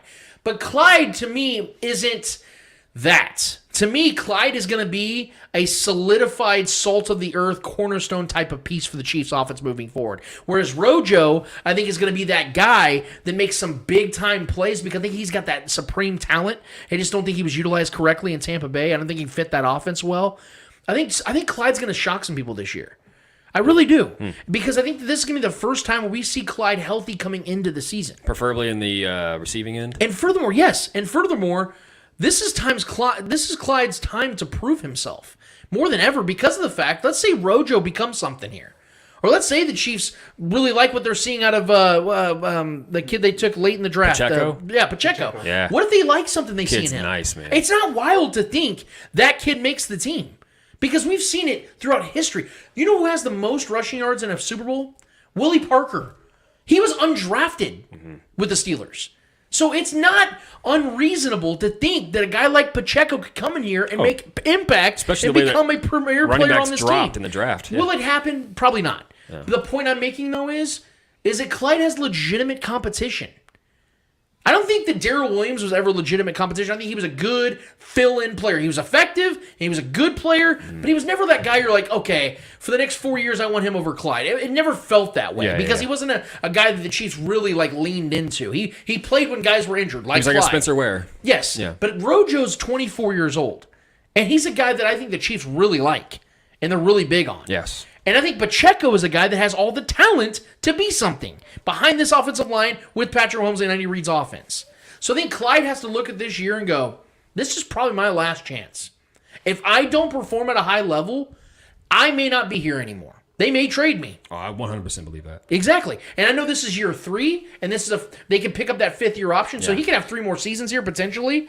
But knowing the way that the league values the running back position and how running backs are a revolving door now, and you don't see guys get long-term deals, this is his chance. Because like you said about Frank Clark, Trevor, I'm going to kind of equate it with Clyde Edwards-Helaire. If he knows in himself that his days might be numbered here in Kansas City, he's got to ball out either way. Or if he wants to stay here in Kansas City for the next 2 to 3 years, he's got to ball out. So I think this is the year, guys, if we're ever going to see Clyde Edwards-Helaire be what we expected him to be in 2020, it's got to be now. He's going to be given every opportunity, I believe. I mean, they were trying to last year, given the opportunity. I still don't believe that he's been put in the best position to thrive in his true environment is, though. I am a bit confused on how we've been using him, to be honest, because we have been kind of using him like a true running back, like a banger. I just don't. I don't know. I feel like he doesn't get utilized as much in the pass game as he should be since we drafted him. I thought that's what he was going to be, more of a scat back kind of guy. But yeah, I haven't been too, outside of his rookie year, I haven't been too impressed. He has moments where he looks good. But I honestly have not been truly impressed with Clyde as who he is as a consistent running back in the league. So I think a fire is definitely going to be lit under his ass this offseason and coming into this season. And I think Coach Reid will put him in and give him every opportunity to perform.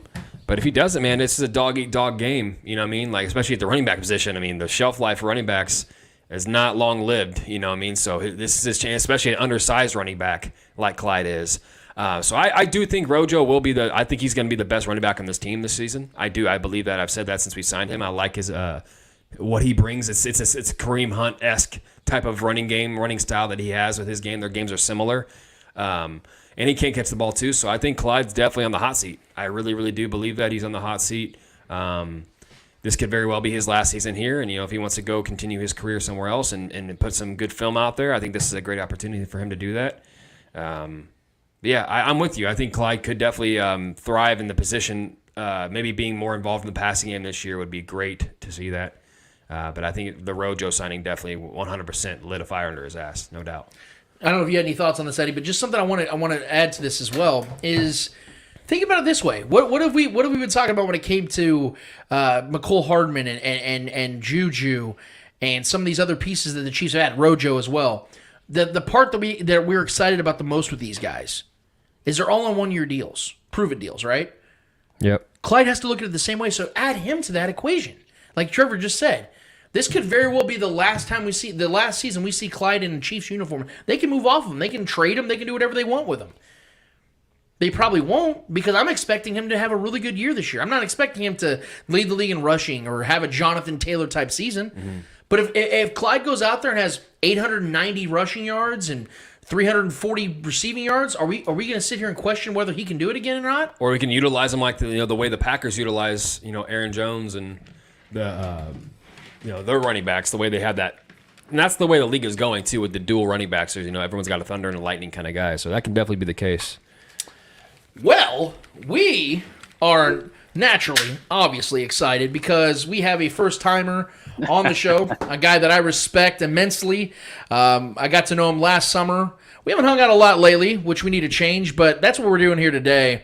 He is the new producer of 810's Border Patrol with the guys like Steven St. John, legends out there. He's making a legend of himself, which is why we had him have on the show. Let's give it up for one, Marco Marquez! Hey, what's up, gentlemen? What's going on, man? What's up? Lance, hell of an intro, brother. Thank you very much. That's the least I can do. How are you guys doing? I try to enter my Bruce Buffer every once in a while, especially when UFC fights are coming on in a few hours. I try to enter that, and I need to get like a nice bow tie and a little blazer to really add to the experience. So I apologize for letting you down on that, but I try to bring it, in the voice, man. No, you brought it right there. That's Lance Buffer right there. That's how Lance is spoken. That's Lance Buffer. That's actually well done, man. Got some good fights going on tonight? Yeah, I think Holly Holmes main event. Nice.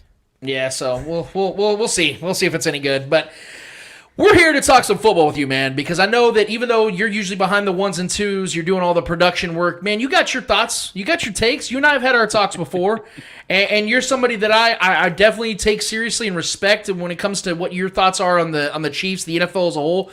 And I wanted to have you on today, man, to talk about this offseason. I started the show off today with a few thoughts, and one of the things that I started the show with is, as excited as I am about the draft, and I really love the moves the Chiefs made with this youth movement, if you will. I still wanted to see them be a little bit more aggressive by adding a couple key pieces, not a lot, just a couple key pieces in the veteran aspect of things, and just help these young guys, just kind of steer them into their careers and help them become contributors as quick as possible. And I think that veterans help that, and you've seen that throughout history. And the Chiefs didn't really do that, especially at edge rush, such an important area of need on this defense, finishing 29th in sacks last season. They didn't really do that, and now we've seen Melvin Ingram go to Miami, and the Chiefs essentially let it kind of dissipate for $600,000. Mm-hmm. I'm not liking this, Marco, so I need you to kind of reconcile my thoughts here, man, and help me understand what the Chiefs are doing here, because I know they have a plan, but I'm not really seeing it when it comes to adding veterans. Hey, that's all right. It's good to be mysterious if you're the Chiefs. But hey, appreciate you having me on. Eddie, Trev, it's a pleasure to meet you guys. You too, man. Nice to meet y'all. Well, first of all, I get what you're saying. The $600,000 that they could have spent on Melvin Ingram, that is a thing. Yes, that is absolutely a thing. But at the same time, Melvin Ingram's got to want to come to the Chiefs. I've seen a couple people tweet on Twitter just this week. It's like, it's funny. The Melvin Ingram never really chose the Chiefs. They traded for him when he was with Pittsburgh, and of course now when it came down to it with free agency, the move was he was going to go to Miami. So although it was $600,000 more, there's also that want that someone has to have to come play in your organization. I believe that's what Andy Reid and Brett Veach are aiming for. They want players that want to be in Kansas City. They don't want to hold on to guys who don't feel like they want to be in there, and we saw that this offseason with the Tyreek Hill trade. He didn't want to be in Kansas City. There was more money to be made out there. He had a connection to Miami, and it worked out for the best. He got to go down. He got traded down there, and he got a big payday. So that's one of the things I think about with Melvin Ingram. Maybe he didn't want to come to Kansas City. Now, addressing what you're talking about, wanting them to do more on the defensive line as far as adding more depth to it right now. Listen, they still have $11 million in cap space. There's still names out there on the market that you can that are maybe not haven't proved what Melvin Ingram has been able to prove to us the last couple of years, but there's still key players out there that you can go and get if you're Kansas City. But also, I believe that the high priority right now is getting Orlando Brown signed either to something other than the franchise tag. And we know Brett Veach has said that that's been one of the higher priorities for them so far this offseason. It's why they created some cap space so it allows them to utilize it in this negotiation process with Orlando Brown. So as far as the defensive line goes, listen, Karlaftis, it was a great addition, a great draft for great draft pick for the Chiefs. Now it's just that he has to go out there and prove it. We've heard things since the rookie minicamp. These guys on the defensive side, these rookies specifically, him and Leo Chenal, they're guys that have high motors. And I think that one thing is that's huge, because if there's something that I've seen on this Chiefs defense over the last few years is that they get worn out quickly. That's why you see teams run the ball on them aggressively, is because they know that's how you can beat this Chiefs defense, is just wearing them out. And so I think right now, with what they have as far as players on the defensive line, it's something to work with. You got veterans and Mike Dana. We'll see what Joshua Kando brings this year into his second year after not really getting much reps last year as a rookie. Of course, injury was a part of that reasoning. Also, you brought back Derek Nottie. You have Tershawn Wharton. So if anything, right now, with your core pieces, your starters, Chris Jones, Frank Clark, there's that chemistry along the line. You have these two rookies now coming in. I know Leo Chenal's a linebacker. I wouldn't be surprised if we saw a little bit of him on the edge this year, because that's one thing that this Chiefs defense needs right now on the edge, is that those high motor players, the youth, but also those guys that can create pressure and like to get violent. So how like, I'm with you. I don't know exactly how the schematics plays into it. What this Chiefs defense as far as the front four is gonna look like this upcoming season. But I think there's things to be excited for.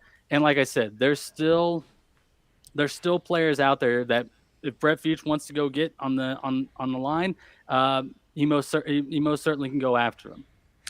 We mentioned the guys in this draft class that have high motors. I am 100% with you. I think Karlaftis, Brian Cook, Leo Chenal, as you mentioned, are the guys that you really look at. But the guy that excites me the most out of this class, I've told Trevor and Eddie about this, day 3 pick. And I know that sounds strange, but for some damn reason, Brett Veach is although been questioned at times at his draft picks and his draft, his observations and talent in the draft, he seems to find these guys, these diamonds in the rough, if you will. You know, late picks like L'Jarius Sneed, Trey Smith, guys like that. I think he did it again. I think Darian Kennard is that guy that is going to be a day 1 starter. I think he's going to take that right tackle job. And I think this dude's going to be nasty. And I think he's going to add to the pancake Papa Smith, Trey Smith over there right next to him to his left. And I think that's going to be a nasty equation there on that right side.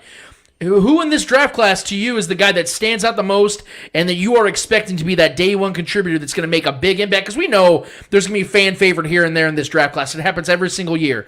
But who's the guy that you think is going to be the most productive and the guy that you're going to be impressed with the most? Kennard already, as like you said, late a day 3 guy who's already being talked as far as getting in the mix as starting or competing for that starting role as a right tackle in this upcoming training camp. I mean, I really liked Brian Cook when they drafted him out of Cincinnati. You heard that comparison. I can't remember if it was him that said it in his post-draft press conference, or if it was one of the journalists in there asking questions. But I heard the phrase locks on like a missile. He's like a missile. He locks on you like a missile. He comes at you with full speed. That right there really excites me when you hear that type of thing, especially about a safety, because that's something that you value their coverage also. But if you can get somebody that isn't afraid to be on the line, isn't afraid to attack the hole, come in there and be that heat-seeking missile. That was it, the heat-seeking missile that he is. That's basically like adding another linebacker to this team. And we've seen my thing is I don't think maybe he will be a early season impact type of player, because you still got Justin Reed, a new chief, coming in. You got Juan Thornhill playing on a contract year. I still think that number 2 spot is his. It's something that Cook is going to have to earn over time. But I totally just went one way with your question, giving you an answer, because that's someone that I really like in the draft, but he's maybe not going to be an impact player. So I'll give you another one. It's going to be Sky Moore, man. And we can get in a whole nother discussion about this wide receiver room, but Sky Moore specifically, he is going to be such a huge asset to this team offensively this year. He's not going to be like, and this is such a bad comparison, I know, but he's not going to be like Dexter McCluster, where he's just on the sideline. And he's going to be a better version of Dexter McCluster as far as a receiver in this offense. And one thing that I can't remember where I saw that on Twitter, but it was a graphic. It was a graphic from one of the football accounts about which wide receiver in this class does best. And so you had best hands was Pickens, best speed was the first wide receiver, Chris Olave, and then but it said best off the line, and that was Sky Moore. So his ability to break away from a cornerback, a safety, just get away, just get into open space really quick, I think is going to be such a high value to this Chiefs offense this year. But I think that's someone that is definitely going to have some targets week one, and that's Sky Moore, man. You mentioned the Orlando Brown Jr. situation about, the extension. We've been talking about it a lot today on this show as well. He's representing himself, which is always kind of an odd situation because we're seeing the same thing with Lamar Jackson in Baltimore, ironically a former teammate of Orlando Brown Jr. So I'm wondering if there's some advice being given or not given in that situation for both these guys. But I'm still not worried that something's going to get done. I do believe it will. But as we've seen in recent time, with other guys that we assume the Chiefs are going to lock up for long periods of time, like Tyrann Mathieu, even Tyreek Hill, we just assume these guys were going to be here, and then they're not. I don't believe that's going to be the case here with Orlando Brown because the Chiefs have only gotten 1 year out of him. He's in his mid-20s. We know the Chiefs like guys in that age range, and they'll give extensions to guys at that age range and the value of his position. But there is something still to be said about the what's happening aspect of this. It's, we're getting closer to OTAs. We're getting closer to training camp. What's your viewpoint on this, man? Do you think that we're going to see a long-term deal go on, or is he going to stay on the tag this year? Yeah, we all know that he's looking. He's doing his own negotiations right now. He doesn't have an agent. I think this is something that I think he is going to carry into the season. I think he's going to end up playing on the franchise tag, and maybe they'll treat it like the Tyrann Mathieu situation this year, where they just don't get a contract. They'll worry. We'll get that statement from Brett Veach and Orlando Brown saying it's something that they're going to worry about at the end of the season. Let's get through this season that we're in right now. But it's possible that Orlando Brown right now is kind of stalling, maybe possibly looking for an agent to help him in these negotiations process. Like you said, seeking out advice from former teammates, other players about this. But at the end of the day, I think Orlando Brown has the leverage. It's once again, it's another scenario of it's whether or not he wants to be in Kansas City, because if anything, Brett Veach freed up this space.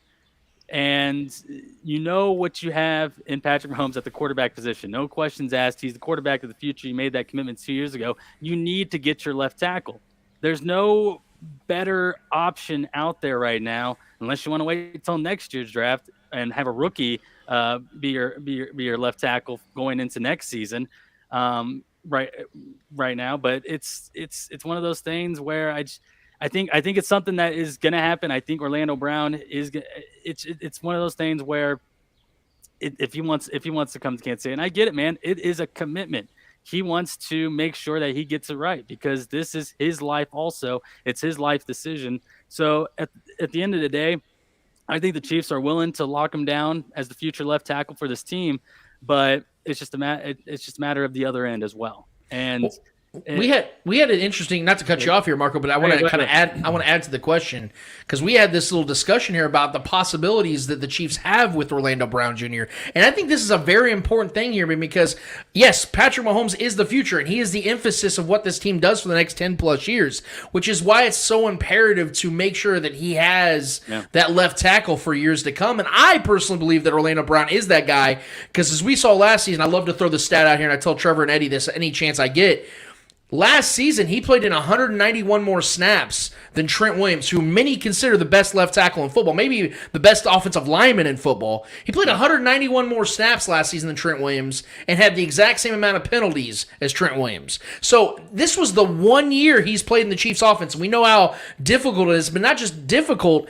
He went from a run-based offense in Baltimore to a pass-heavy offense in Kansas City and played that well year one. To me, that proves to me that Orlando Brown is that guy. If he, barring any setbacks, barring any injuries, I think he's that guy. So if it was me, I would pay him whatever it took to lock him up for the next 5 to 6 years because I think he's that guy for the next 5 to 6 years. Would you, if you're Brett Veach, would you utilize this tag, maybe potentially another tag the next year, and then see what happens at 27 years old? Or do you say, no, we know what Orlando Brown at 25 years old is. We're locking him up. Yeah, absolutely. You just said it right there. You know what he is at 25 years old. You mentioned that youth. It's almost like it was like a blessing in disguise when the Chiefs weren't able to get Trent Williams, because that is just the age that he was at when he signed that contract with San Francisco. Listen, no matter what, when it comes to the best left tackles in football, and we're talking like top 5 or anything, you're going to overpay if you're a GM. You're always going to overpay for one of the better left tackles in the league. So right now, not knowing what Orlando Brown Jr. is valued at, I know Spotrac could tell me if I Googled it, but it's one of those things where I think you just do it. And I think the fans, I think the how it will be received by fans would have probably been more positive than maybe what it would have been like if you would have given Tyreek Hill the contract Miami did. This is the reason why you cleared up space, so you can lock down the highest priority free agent that you, or not free, I guess, yeah, he was going to be a free agent without the franchise tag. Your highest priority free agent going into this offseason. Now it's time to get that extended that long-term deal in place. And funny enough, right now, like I said, the Chiefs have $11 million free in cap space. Orlando Brown, and that's with Orlando Brown $16.5 million plugged in for the tag. You don't have to pay him that much year one if you get an extension, man. Right. You can benefit from giving him an extension with your cap situation, and that's where I'm thinking the Chiefs are the one. They're not shy to give him a long-term deal. It's just, once again, the commitment from the other end. But hey, like I said, that's no pressure on Orlando Brown. He's earned the right to make that decision on where he wants to go long-term. But it's just one of those things. You can come play in Kansas City. I don't think they're the ones holding back on this side of the deal. We also have a blessing. You mentioned blessing in disguises. I think the Chiefs have a blessing in disguise as well at several different areas on this roster when it comes to players that are essentially on one-year deals or prove-it deals. You're talking about Juju, maybe the biggest free agent signing the Chiefs had this year, one-year deal. You're talking about McCole Hardman, one-year deal, 1 year left on his rookie deal. Juan Thornhill, same situation. Frank Clark, probably the last year on his deal with the Chiefs. They're probably not going to bring him back after this season. There's several guys like that. And I think somebody, even Ronald Jones is obviously the running back the Chiefs took out of Tampa Bay this year. Somebody else that I think needs to view this year as a prove-it deal, and maybe potentially a 1 year left on his contract for the Chiefs, even though he has a couple of years left, is Clyde Edwards-Helaire. And I think that this might be the first time we see the Chiefs have him start a season where he is 100% healthy, because he had mentioned in previous podcasts this offseason that he's had gallbladder problems. He's lost a lot of weight because of these situations, and he's finally got that down pat. And I think that we're seeing Clyde finally becoming the player that Joe Burrow said in college was the greatest player he ever played with. And if you remember those LSU teams back in the day, maybe the greatest college team we'd ever seen assembled. And Joe Burrow swears by Clyde, and I think that's the guy that the Chiefs saw in the draft in 2020. Whether that was the right pick or not, I think the Chiefs viewed him as more of a weapon than just a running back. I think they saw him as a guy that could be a dual threat, and for whatever reason, they haven't found that yet. But I think this could be the year, and I think it should be the year. And of all these prove-it deals, I think Clyde needs to be one of those guys that views it as that prove-it deal or prove-it year. What are you expecting out of Clyde Edwards-Helaire this year? And do you think this is that one last opportunity for Clyde to prove to himself, prove to the team, and prove to the fan base that he's a legitimate player? Yeah, it's a big year for him. The running back that they drafted out of Indiana or signed off the undrafted free agent. Talking about Pacheco? Pacheco, yeah. One thing that I really liked from him was that he talked about excited to block for Patrick Mahomes. He was excited to block, and that's what Darrell Williams did so well. And unfortunately, we haven't seen Clyde Edwards-Helaire, play up to that level. Is because that's one thing that he doesn't. That's not a best part of his game is being that run blocker or that blocker for Patrick Mahomes as a running back. My expectations for Clyde this year, with the addition of Ronald Jones there, it's first of all, he's got to stay healthy. He's got to stay healthy because that's something that has hurt him the last 2 seasons. Is that ability to stay healthy and missing games. So I'm not expecting 1,000 rushing yards out of him this year. Maybe him and Ronald Jones combined for 1,500 as a unit, but I want him to be I want to set the bar low for him. I'm going to say like 1,000 yards total scrimmage, 500 out of the bat, 500 rushing, 500 receiving, because that, like you said, that was a reason why the Chiefs took him when they did in the first round the year after they won the Super Bowls, because he was supposed to be that dual threat running back. Now with a better offensive line in front of him, I just want to see him have a 1,000-yard scrimmage season, because that's something to build off of. He hasn't had really something like that in his short career so far. Is something to go off of. So like I said, it's not Clyde's fault that he was drafted where he was. The Chiefs picked him. Patrick Mahomes wanted him. Unfortunately, the expectations are always set high when you're a first round pick, because you're supposed to make an impact year one. And he did. He made it. He really showed out in his rookie debut when they played Houston at home to open off the season. So I don't expect a lot out of him, but it's one of those things where anything you get above what you expect with him is gold. So just something to build off him for next year, because next year will be his last year on his rookie deal. I guess they have the 5th-year option. But he's one of those guys right now where the running back room, they're an essential part in Andy Reid's offense, and we've seen that way back in his Philly days. But I don't expect as much out of them as I do with the receivers this year. Since 2018, 31% of Aaron Rodgers' yards and 35% of his touchdowns went to Davante Adams. Since 2018, only 26% of Patrick Mahomes' yards and only 28% of his touchdowns went to Tyreek Hill.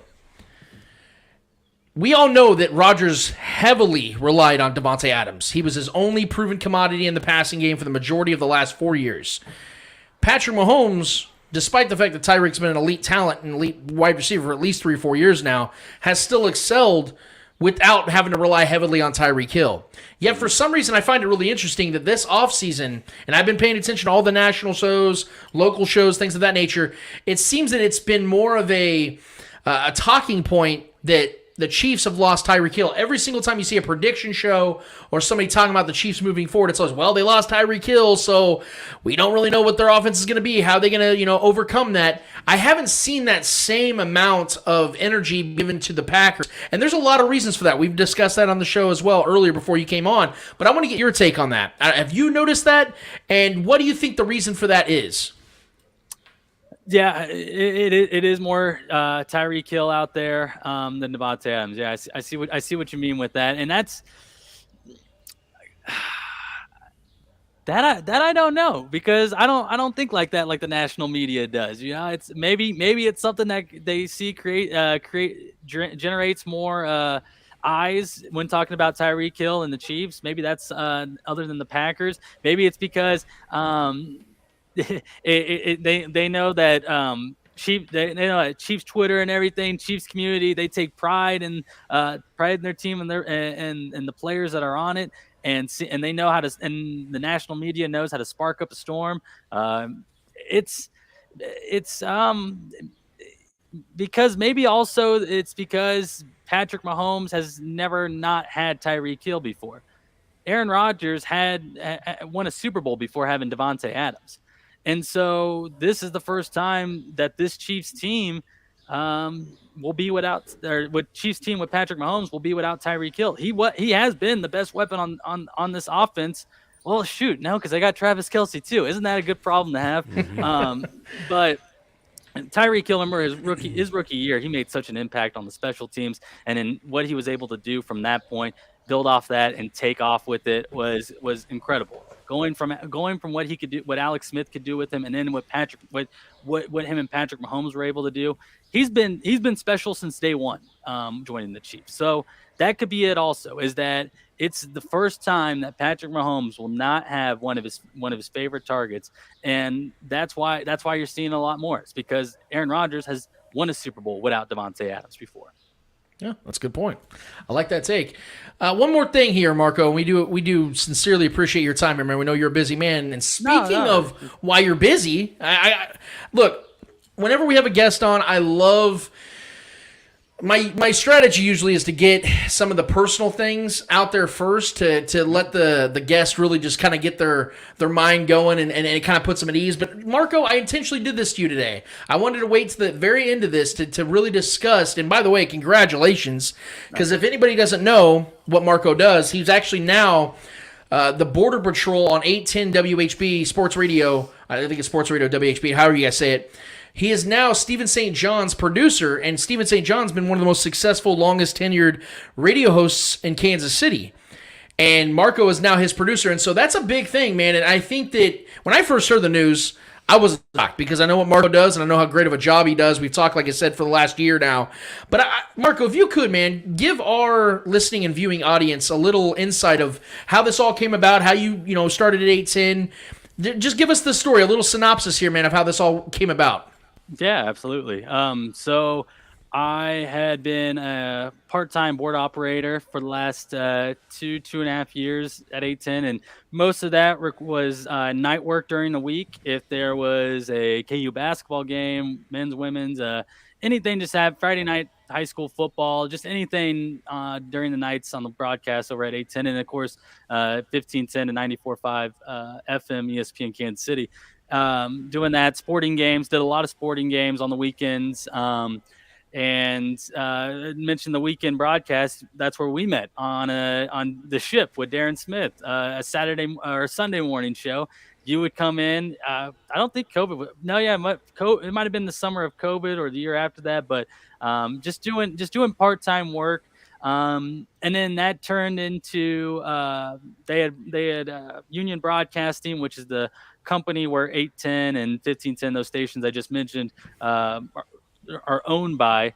They had bought a station in Wichita, 92.3 FM, but it's operated out of the building there where 810 and 1510 are at. So when they bought that station, they started live shows immediately. They asked me to start producing the Shane Dennis show, which was just a 12 to 2, but it was something else. And so it got me in the building Monday through Friday while still doing the weekend stuff. So I did that for 6 or 7 months. They added another show called The Pulse with Pat Strothman. So I was doing the Wichita shows Monday through Friday from 12 to 4, and then the weekend stuff as well.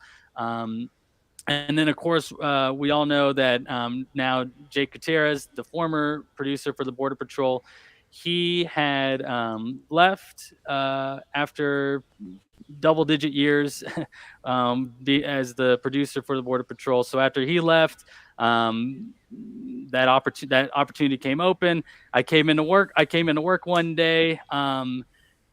Actually getting ready to put in my 2 weeks because I've been doing yeah.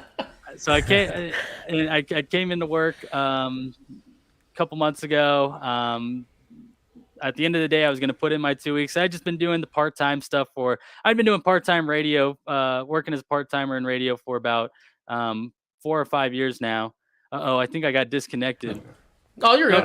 Okay, boom. All right, where did I leave off at? I'll pick right back up. I'd love to hear you say that you were going into putting your 2 weeks again, because that was the best part so far. So keep going. Yeah. So a couple months ago, I'd been doing part-time radio for about 5 or 6 years now, going back to when I was in college. So I was like, hey, listen, nothing full-time is gonna come up. I was ready to just kind of see what was next in life, and so. I was going to put him in at the end of the day, but I'm in the break room getting ready for the Wichita shows. and the operations station operator Jason Justice, he was like, hey, they want to meet Chad Boger, the president of Union Broadcasting, wants to meet with you here at 11 o'clock. So I said, all right, cool. And so went in there, and Steven and Nate Bucati, who's the co-host as well, Border Patrol, they were sitting in there, and they asked me if I wanted to do it. And there was so much going on in my head that day because I was getting ready to put in my 2 weeks, like I said, at the end of it. And I took a deep breath and waited about like 15. It was a cool 15 seconds before I just went, yeah. Because just that whole day, how it had started and where it had gone, it just was like, it was a lot. And so I needed a moment there to think for a second. So, but listen, St. John has a podcast called Hot Mic with SSJ. We did an episode on it a couple weeks after I'd started. So yeah, you can go there and you find it. And I go just so much more in the story and talks more about the day. They add their perspective. So if you want to hear their side of the story, you can go in there and listen to that with Hot Mic with SSJ. But yeah, after I had left that day, Steven had called me and he was like, listen, do you really want to do this? Do you want that? I was like, I got to talk to my parents. Like, I gotta see if this is the right thing. Cause I had told them, I was like, I was going to quit today, man. Like, I had no idea this was happening. So it was, it's life, man. It's funny. That's all I could say is life's funny, bro. But, I have a theory. I've never met your parents, but I think what happened is they knew that you were going in there, and they're like, look, they called 810, like, look, guys, you're going to make the biggest mistake of your life if you accept this man's resignation. So you need to give him an opportunity to really show what he's worth. All right, because this dude's he's about to take off somewhere. It might as well with you guys. That's just my theory. That's just my theory here, Marco. I don't know if it's true or not. Probably not. But it sounds like you have supportive parents, and it sounds like you have people around you that know what you're worth. And, man, I'm just honestly, I'm happy that 810 did it for you, man. And I think that they made a great decision in doing so. That's why we have you on the show, man, because we know that you work your ass off, you do what you do, man, and it's a great thing to see, and they're better for it, man. So I'm really glad you're doing what you're doing. I'm really glad you're here with us today. And if it's cool with you, man, we'd love to have you back. Yeah, absolutely. Yeah, you got my number. You know where my DMs are at, Lance. you slide it anytime, man. Anytime, the endless possibility. Especially now I see that you got that new filtered photo. That's a good one right there. It stands out. The beard really shows out the beard. We gotta market ourselves out here. You know what I'm saying? we gotta market ourselves. You know, Trevor can't be the only handsome one on here. I gotta add to it a little bit. But no, that is the producer, the new producer, the best producer. Oh. Big shoes to fill, but he filled them right. Of the Border Patrol at 810 WHB. He says that he is an avid fan of the Chiefs. QT taquitos, which by God, I 100% agree with that. And he is a fan of Whitney Houston. So that's right. As Whitney said, man, I will always love you. And Marco, we appreciate it. Damn right. That's Dolly Parton's song. Yeah, she did it better. Whitney did it better, all right? For sure. But I see, real quick, Marco, I see that your birthday is on September 22nd. Is this correct? Yeah, that's it. Yeah. All right, dude. I don't do that sign stuff, but we need to go get some barbecue for your birthday, man. Just mark it down now. We're the Spoken Podcast. We're going to hang out and have some barbecue with our guy, Marco. Is that your birthday as well? You a September? No, it's not. It can be. He's saying you guys are a match. That's what he's saying. I'm an Aries and you're something else, so let's make this work. Virgo, baby. Virgo. Go. But no, guys, go follow Marco at Marco Taquito 2. Marco, you also have my number, and you also have my DMs. Hit me up, dude. Let me know when it's around your birthday time when we can make that work, man. All right, hey, I'm looking forward to it, Lance. I look forward to it. Eddie, Trev, it was a pleasure meeting you guys. I love the Chiefs background stuff, the Chiefs blanket, and then so the Chiefs stuff behind Trev, right? Yeah. So my brother, he tore out the interior of his Jeep on the roof part, right?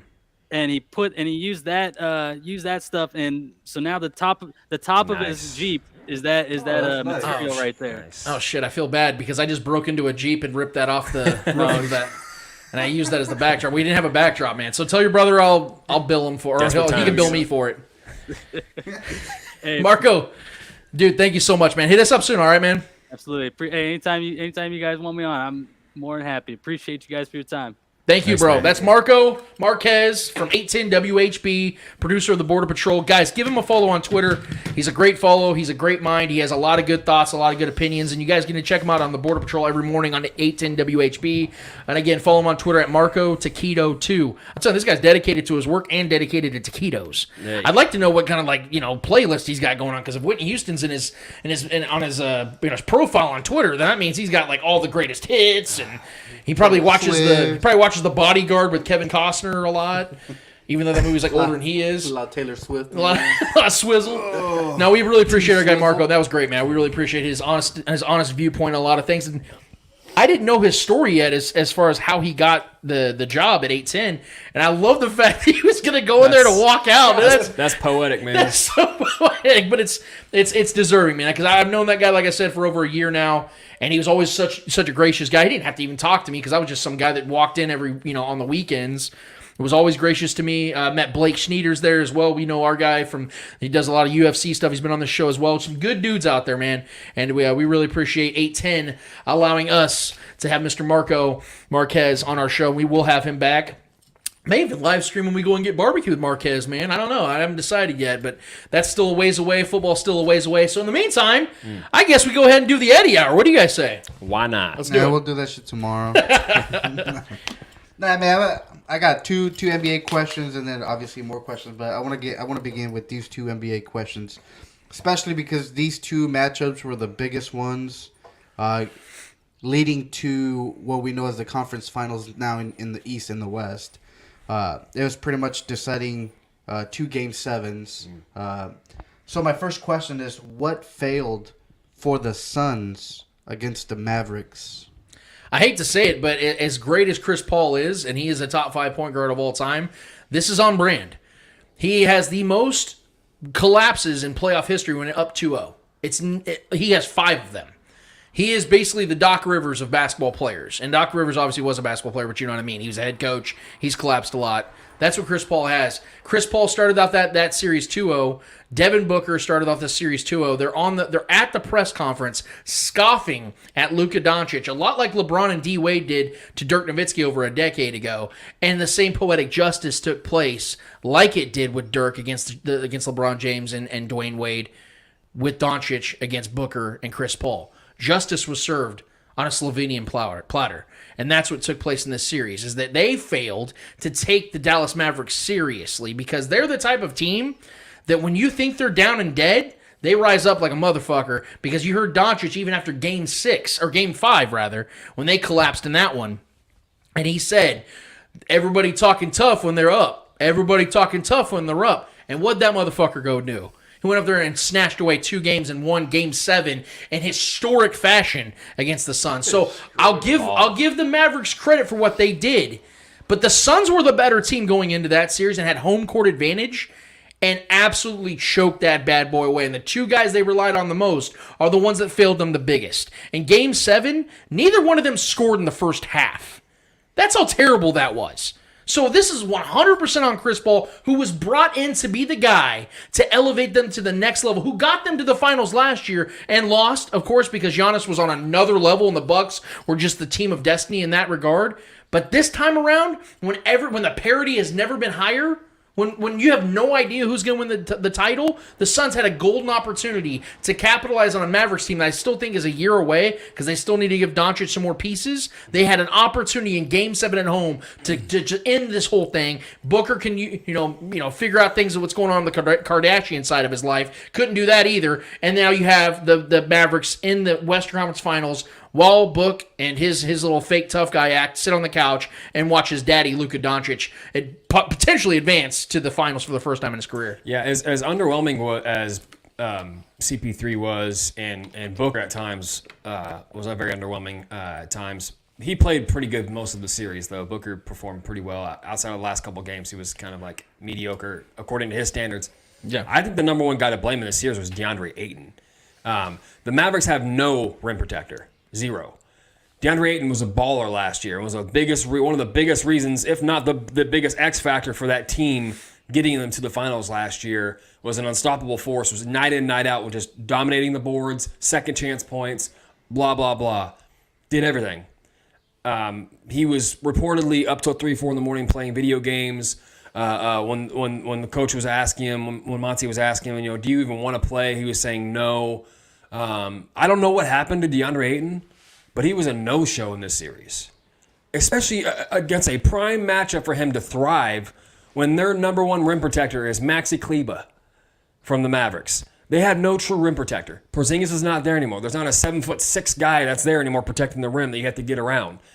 He should have straight up eaten in this series, and he didn't. He should have been DeAndre Ayton. He was not good. And he had a couple 20. I think he had one game he had like 20 and 12. That might have been his best game in the series. Unacceptable. For a young guy like that that's trying to get paid again, trying to get that next big contract, it's probably not going to happen in Phoenix now. I think that's an unforgivable thing that he did. And there was a lot of things being reported behind the scenes that there was a beef between him and Monty Williams. I don't know. I think that to me was the biggest reason why, because the way that series was going early on, they should have taken that momentum and won the series. Yeah. Granted, you all know how I feel about Luka Doncic. I think he's the future face of the league, the face of this league, along guys like Jason Tatum and along other guys like that. Maybe LaMelo Ball is one of those guys that could become a face of this league as well. Luka was single-handedly the biggest contributor to the outcome of this series. I think Luka just took over the series, and once he gained momentum, there was no stopping him. And the Mavs started hitting their shots, too. Well, that too. Yeah. And granted, Luka it's like 95% of the offense. Any points that are being scored is either him scoring or assisting on the team scoring. That's how it's the LeBron effect, similar to the way Luka plays the game. He took over the series. They won the series. I think the Suns were the better team, but the better player, the best player in the series took over it, and that's what caused it. But I think as far as the Suns side goes, I think DeAndre Ayton was that much of an underperformer. That's what affected them, because they needed him to be that guy. With no real rim protector, he should have destroyed them. And honestly, according to what I was seeing in reports, Ayton was pissed off because he felt like the Suns weren't utilizing him to his best abilities, which could be true. But think about how ironic that series was. Right. DeAndre Ayton was taken above who in his draft? Luka Doncic. Luka Doncic. Yeah. He had an opportunity to make that statement that, hey, Suns, you didn't make a mistake. Now, obviously, even if the Suns were to win that series, they still made a mistake because DeAndre Ayton will never be as great as Luka Doncic is. But DeAndre Ayton had an opportunity to put himself in a category of, I am a difference maker in this league. I mean, when you tell your coach you don't want to play and Monty Williams damn near benches you, that's you. That's a you problem. And Monty is the coach of the year. Yes. So you don't get the benefit of the doubt. And Monty does. And DeAndre Ayton was balling against much stiffer competition last year in the last season's run, which was an incredible run. But I mean, he was going against AD and other bigs in this league. Yep. I don't understand. Maxi Kleber was your biggest threat to get to the rim and get second chance points and get those rebounds. He was a no-show for me, and I think that was the biggest. Granted, CP3 can go out there and dominate a game just by facilitating, and he was still facilitating fairly well. He wasn't getting his points that we would normally see, but DeAndre Ayton to me was the reason the Suns lost the momentum and lost the series. Outside of obviously Luka Doncic just being a god out there, but yes, that series was a fun series to be honest. I like the new developing rivalry between Booker and Luka. Granted, Luka's developing a lot of rivalries between players, and I love it. He's a spicy dude out there. But listen, man, the better team lost, but the best player won in that series. All right, and then the next question is now we're going to the other Game 7 series. What failed the Bucks, what happened to the Bucks? What failed? They didn't have Chris Middleton. Yeah, that's a huge piece there. I picked the Celtics in the series because Chris Middleton wasn't playing. Yeah. And I'm not taking anything away from the Celtics because I think the Celtics deserve to be where they are. They are the best defensive team in the NBA, in my opinion. And since the All-Star break, have been the best team in the NBA. Jason Tatum and Jaylen Brown have really come of age, especially Jason Tatum. He is a superstar in this league, in my opinion now. He is up there with the upper echelon players. He is truly, truly... when I see him, when he gets on these scoring runs, it's like Kobe Bryant. It's literally, I'm that's high praise. But to me, Jason Tatum is what Devin Booker wants to be. Devin Booker tries so hard to be Kobe. To me, Jason Tatum's got so much of that his game where he can score in all facets of the game. Deep three-pointers, great mid-range jump shot, effective at getting to the bucket and finishing, even when it's an and-one play. There is so much to Jason Tatum's offensive game, it's absurd. And then you see guys like Marcus Smart playing better defense than guys since guys like Tony Allen. Like, he's been unbelievably great. And hitting threes. Yeah, and he's become a dual threat kind of guy. I never knew Marcus Smart to be that guy. In fact, he was a terrible shooter in college and the first couple years of his NBA career. This team has really come about. But back to the Bucks, it's all simple, man. It shows that even though Giannis, who might be the best player in the world right now, outside of Doncic and Joel Embiid, Jokic. Yeah, I'll give Jokic some credit, but you know what I mean? Like, I would pick those guys over Jokic, in my opinion. I would. I think Jokic is a terrible defender. Those guys, it shows you how important the other guys are. Shaq always talks about the others. Well, Chris Middleton is not a superstar, but that dude is a star player. That dude can drop 30 a night if he really could put his mind to it, and Giannis didn't take up a lot of the shot opportunities. And not having him showed you just how limited the Bucks offense is when he's not on the court. You see how much difference it is, because not only is it that you're losing that scoring, but he spreads the defense out because he can shoot so well from the three. That when you don't have that, the defense just clumps up and it looks like it's 1996 out there, because they know what Giannis is going to do. He's just going to attack the bucket. Now, you're not going to stop him on a consistent basis, but you can make his life a living hell, and that's exactly what the Bucks did. They had Grant Williams on him just literally like a leech, wearing him down with Grant Williams' big physical body, and then when he got to the bucket, you had the other Williams, Robert Williams, down there as well. Now, Robert Williams did get hurt in the series, but you saw how it was wearing on Giannis, that he was trying to carry the load offensively. And yeah, thank you. Al Horford was incredible in that. He looked like a superstar in his own regard. He had over 30 points, his career high in that Game 6, I think it was. One of his best games ever in postseason. And then you saw that Giannis was trying to carry the load offensively and then carry the load defensively. He just, as great of an athlete as Giannis is, it just warped him. So that's plain and simple. I do believe the Bucks had a healthy Chris Middleton, they'd have won that series. It would have gone 7, but I would have picked them. I agree. And the fact that it went 7 games is kudos to the strength and the coaching and the overall roster and talent and will of that team, the Bucks in Milwaukee. Those fans should be proud of that team, man. You lose a guy like that, you lose arguably your best go-get-a-bucket guy. Yeah. You know, their best shooter. That's a big loss against not only the talent, but the length and the youth and the speed of that Celtics team. I mean, look what they just did to the Miami Heat, who arguably is the best defense right up there with the Bucks. They just destroyed them on their own floor. So, yeah, I mean, it was a fun series. It was a very hard-fought series. But, I mean, I think this is the flip side of what I just talked about with the Mavericks-Suns series, with the best player losing to the lesser team in my mind, or the better team beating the better player. In the last series, with the Mavericks series, the better player beat the better team. This is kind of the flip side of that, right? Where the Celtics, in my mind, are the better team with the Bucks not having Chris Middleton, but yet Giannis is arguably the best player in the world, is losing that series. Granted, he did everything he could.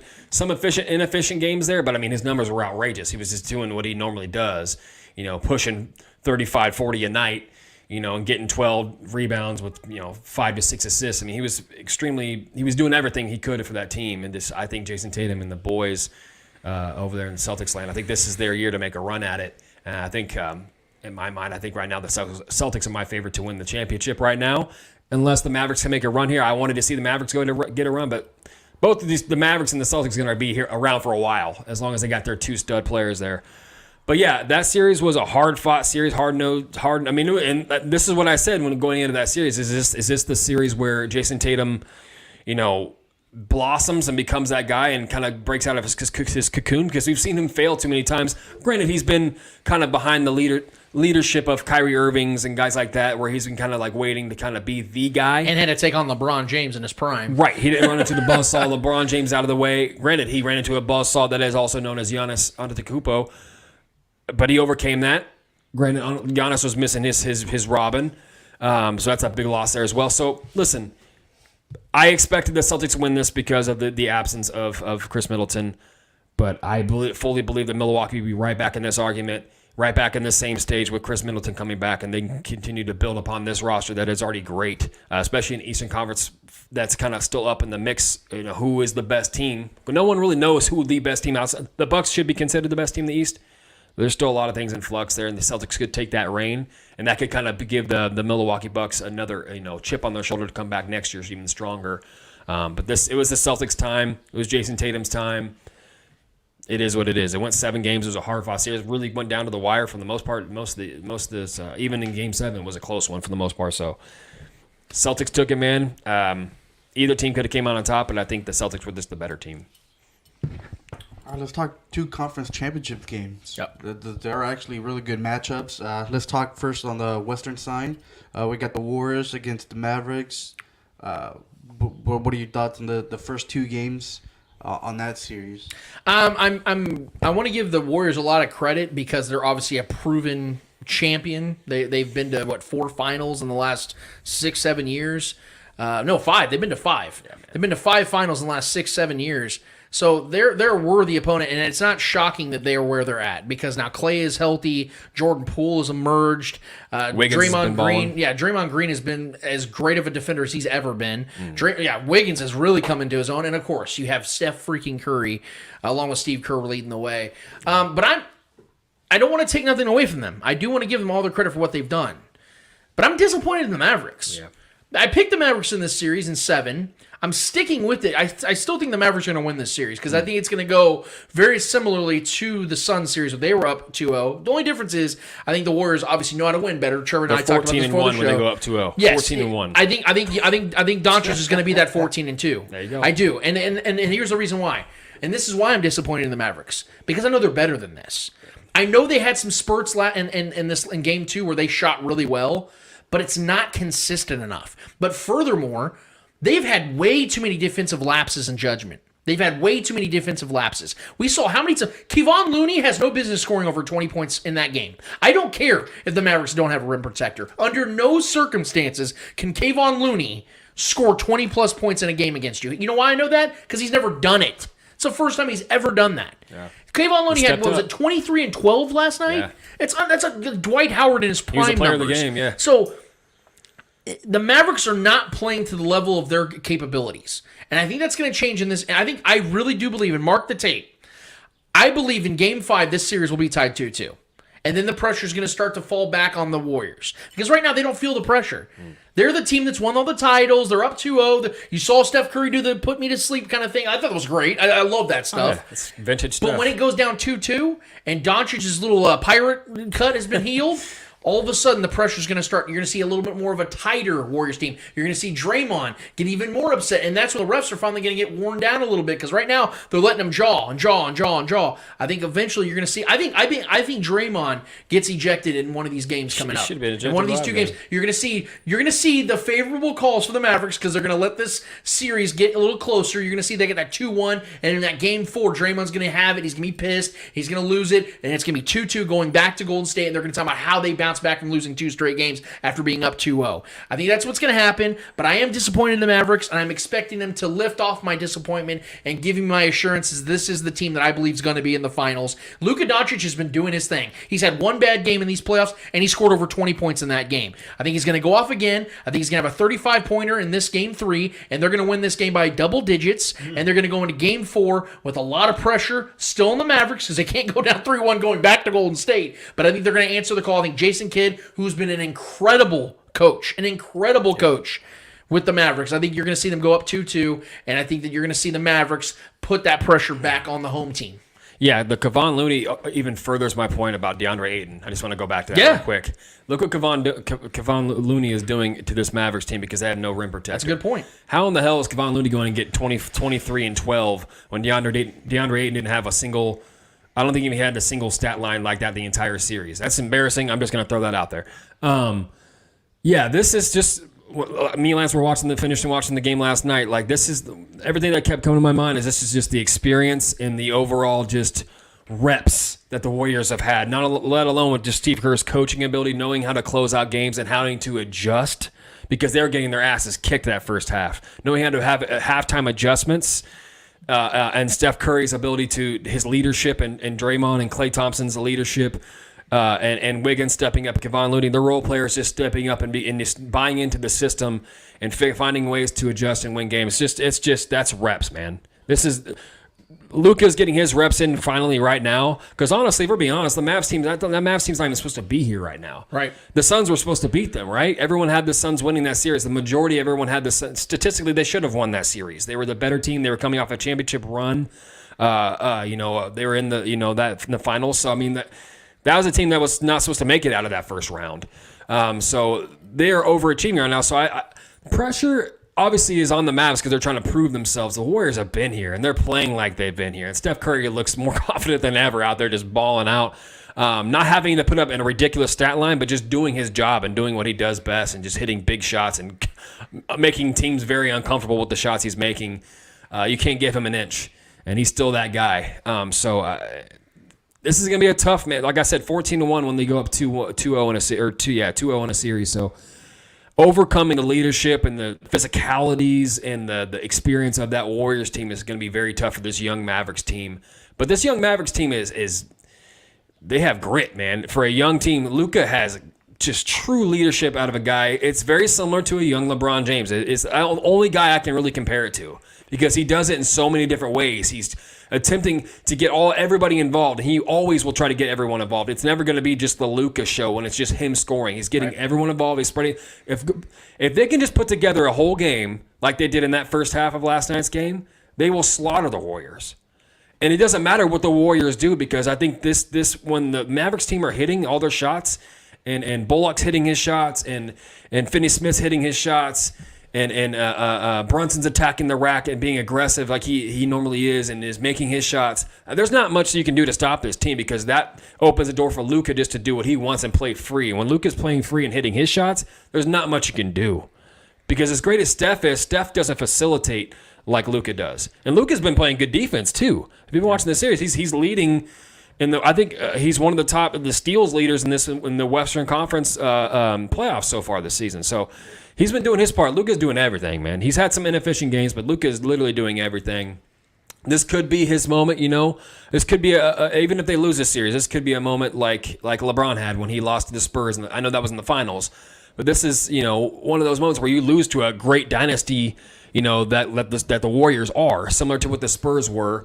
When LeBron lost to them and got his ass kicked by that dynasty. If say the Mavericks get swept in this series, which I don't expect to happen, I still have them winning this as well because I think Luka is a transcendent talent in this league. But this could be just another learning stepping stone for Luka to become a greater player. But I do agree with you. I think Jason Kidd is coaching his ass off in this season. I think he will adjust. And I think if Luka just continues to play his game, score, be a headache for any defense, that he demands a double team, and when he's demanding double teams and he dishes out and he gets other guys involved and they're hitting their shots, it's very difficult to beat this Mavericks team because they're young, they're fast, and they are without Hardaway too. Hardaway was a motor guy for them, man. That's a guy that hits big shots as well and plays very aggressive and very fast on the defensive end. That's something they're missing as well. But they've got to figure out Kevon Looney. If they want to win this series, I know that sounds dumb, that sounds pathetic, that they got to figure out Kevon Looney. Kevon Looney's been a problem for them. The second chance points and him getting those rebounds. They've got to Kleba, whoever they got to get down there, whether they got to play Boban some minutes to get some rim protection. That's what was killing them. It wasn't even Steph that was killing them. Steph was hitting some big shots, but Jordan Poole and Kevon Looney were the guys that were the reason they won that game. The Warriors came back in that game last night. I fully believe that. Because they were the X Factor players there. So Luka's going to get his numbers. Luka's going to do what he does on a nightly basis. It's just, are the others going to step up? Are the others going to hit their shots? Bullock played well last night, hit his shots, but they got to finish games. They got to put together a whole game instead of having a fiery first half where they build up a double-digit lead and then blow it. Yep. They got to finish games, and Jason Kidd has got to get his guys prepared to finish games and carry over that momentum from having those good first halves into the second half and finishing. Especially, against a Warrior team. Exactly. You cannot give them an inch, man. Yeah. So let's talk about the other matchup. We got Celtics Heat, which is the series is currently tied 1-1, and it's been by blowouts in each game. Mm-hmm. So your thoughts on that one? The first game to me, I didn't want to. I don't want to say that. And again, I feel like I'm saying this again all over again for this team as well. But I don't want to take away from what the Heat did in Game 1. They've played 8 quarters so far, and the Heat have only been the better team one time, and it was in that third quarter of Game 1. Jimmy Butler, for some damn reason, in the playoffs, it's so fun to watch. He averages 9 points more per game in the playoffs than he does in the regular season. No other player in the history of the NBA has done that. Like, he's going to make the Hall of Fame just off that. It's absurd. He's also leading the playoffs in steals. Yeah, he's incredible. So Jimmy Butler did everything he could. It reminded me a lot of the 2020 finals in the bubble where Jimmy was just willing. He was just doing everything he freaking He was could. giving LeBron the business that whole series, And man. they That got was a one great win. series. They got one win because he scored over 40 points in that game to beat the Lakers. That one win he got. Tyler Hero stepped up as well, did his thing. Ironically, did the same thing in game one where Tyler Hero took over, had like 15 first quarter or first half points, and they got the job done. And I think what the Celtics are doing is I think they utilized – I'm not giving an excuse. I guarantee they wanted to win the game. But I think they utilized it in the terms of like a boxing match, where they saw that this is going to be a long series, or it could potentially be a long series. So what they want to do is they want to see what the Heat are going to give them and how they can counterbalance that, because Udoka, their head coach, is fantastic, which is cool too. A side story, him and Spoelstra grew up together in Portland. I thought that was really cool how that worked out. But Udoka is utilizing that game one to say, okay, we gave our best bet because we're coming off 2 days rest. We just had a game 7 against Milwaukee, a tough team. 2 days rest. We have to go to Miami, a team that's motivated and hell-bent to get back to the finals. So they just lost a couple years ago to the Lakers. We're going to give our best blow in the first couple quarters. We're going to give them haymakers and see if they'll lay down. If they don't, they're the best third quarter team in the NBA, point differential-wise, by far. If we don't blow them out in that first half, they're going to come back. And that's exactly what happened. So game 2, I was not shocked that the Celtics went out there and beat the living Christ out of the Heat. And here's the biggest reason why. They had Al Horford, Marcus Smart back. Like, when this team is constructed the way that they are, to me, they're the best team in basketball. Because, again, when they had Al Horford and they had Marcus Smart all season, they were the best team in basketball. That final stretch of the season, they were by far the best team in basketball. So it's no surprise to me that they go and do what they did in Miami, silence that crowd by the end of the first quarter. And it was just dead after that. I mean, they had Heat fans leaving the game in the middle of the third quarter. This series, if the Celtics play the way they did in Game 2, this series is over in 5 games. They're going back to Miami in Game 5 to seal the victory because the Heat simply don't have enough offensively. Outside of Jimmy Butler scoring 35, 40 points, who's generating points? Kyle Lowry might be making an appearance. He might, but even when he was playing, that's an offensive guy they need. He was a hot pack of ass. He was averaging like 6 points a game in those playoff games he played. So hot pack of ass. He was dog shit. That's a new one, bro. So you're welcome to use that one. My point, though, what I'm saying is that Kyle Lowry is a 36-year-old guy that's coming off a massive hamstring injury. I'm not expecting PJ Tucker, their most durable player, is coming off a bone contusion and an ankle injury. Oladipo's been very underwhelming. Yeah, and he's coming back from an injury as well. So this is an old team with a bunch of injuries that don't have a lot. They even desperationally heaved out Duncan Robinson in Game 2 to see what he could do when the game was out of reach, and he was bricking shots. He's supposed to be a $90 million sharpshooter. He can't even give him anything. This series is going to be over quick because the Celtics are just simply the better team.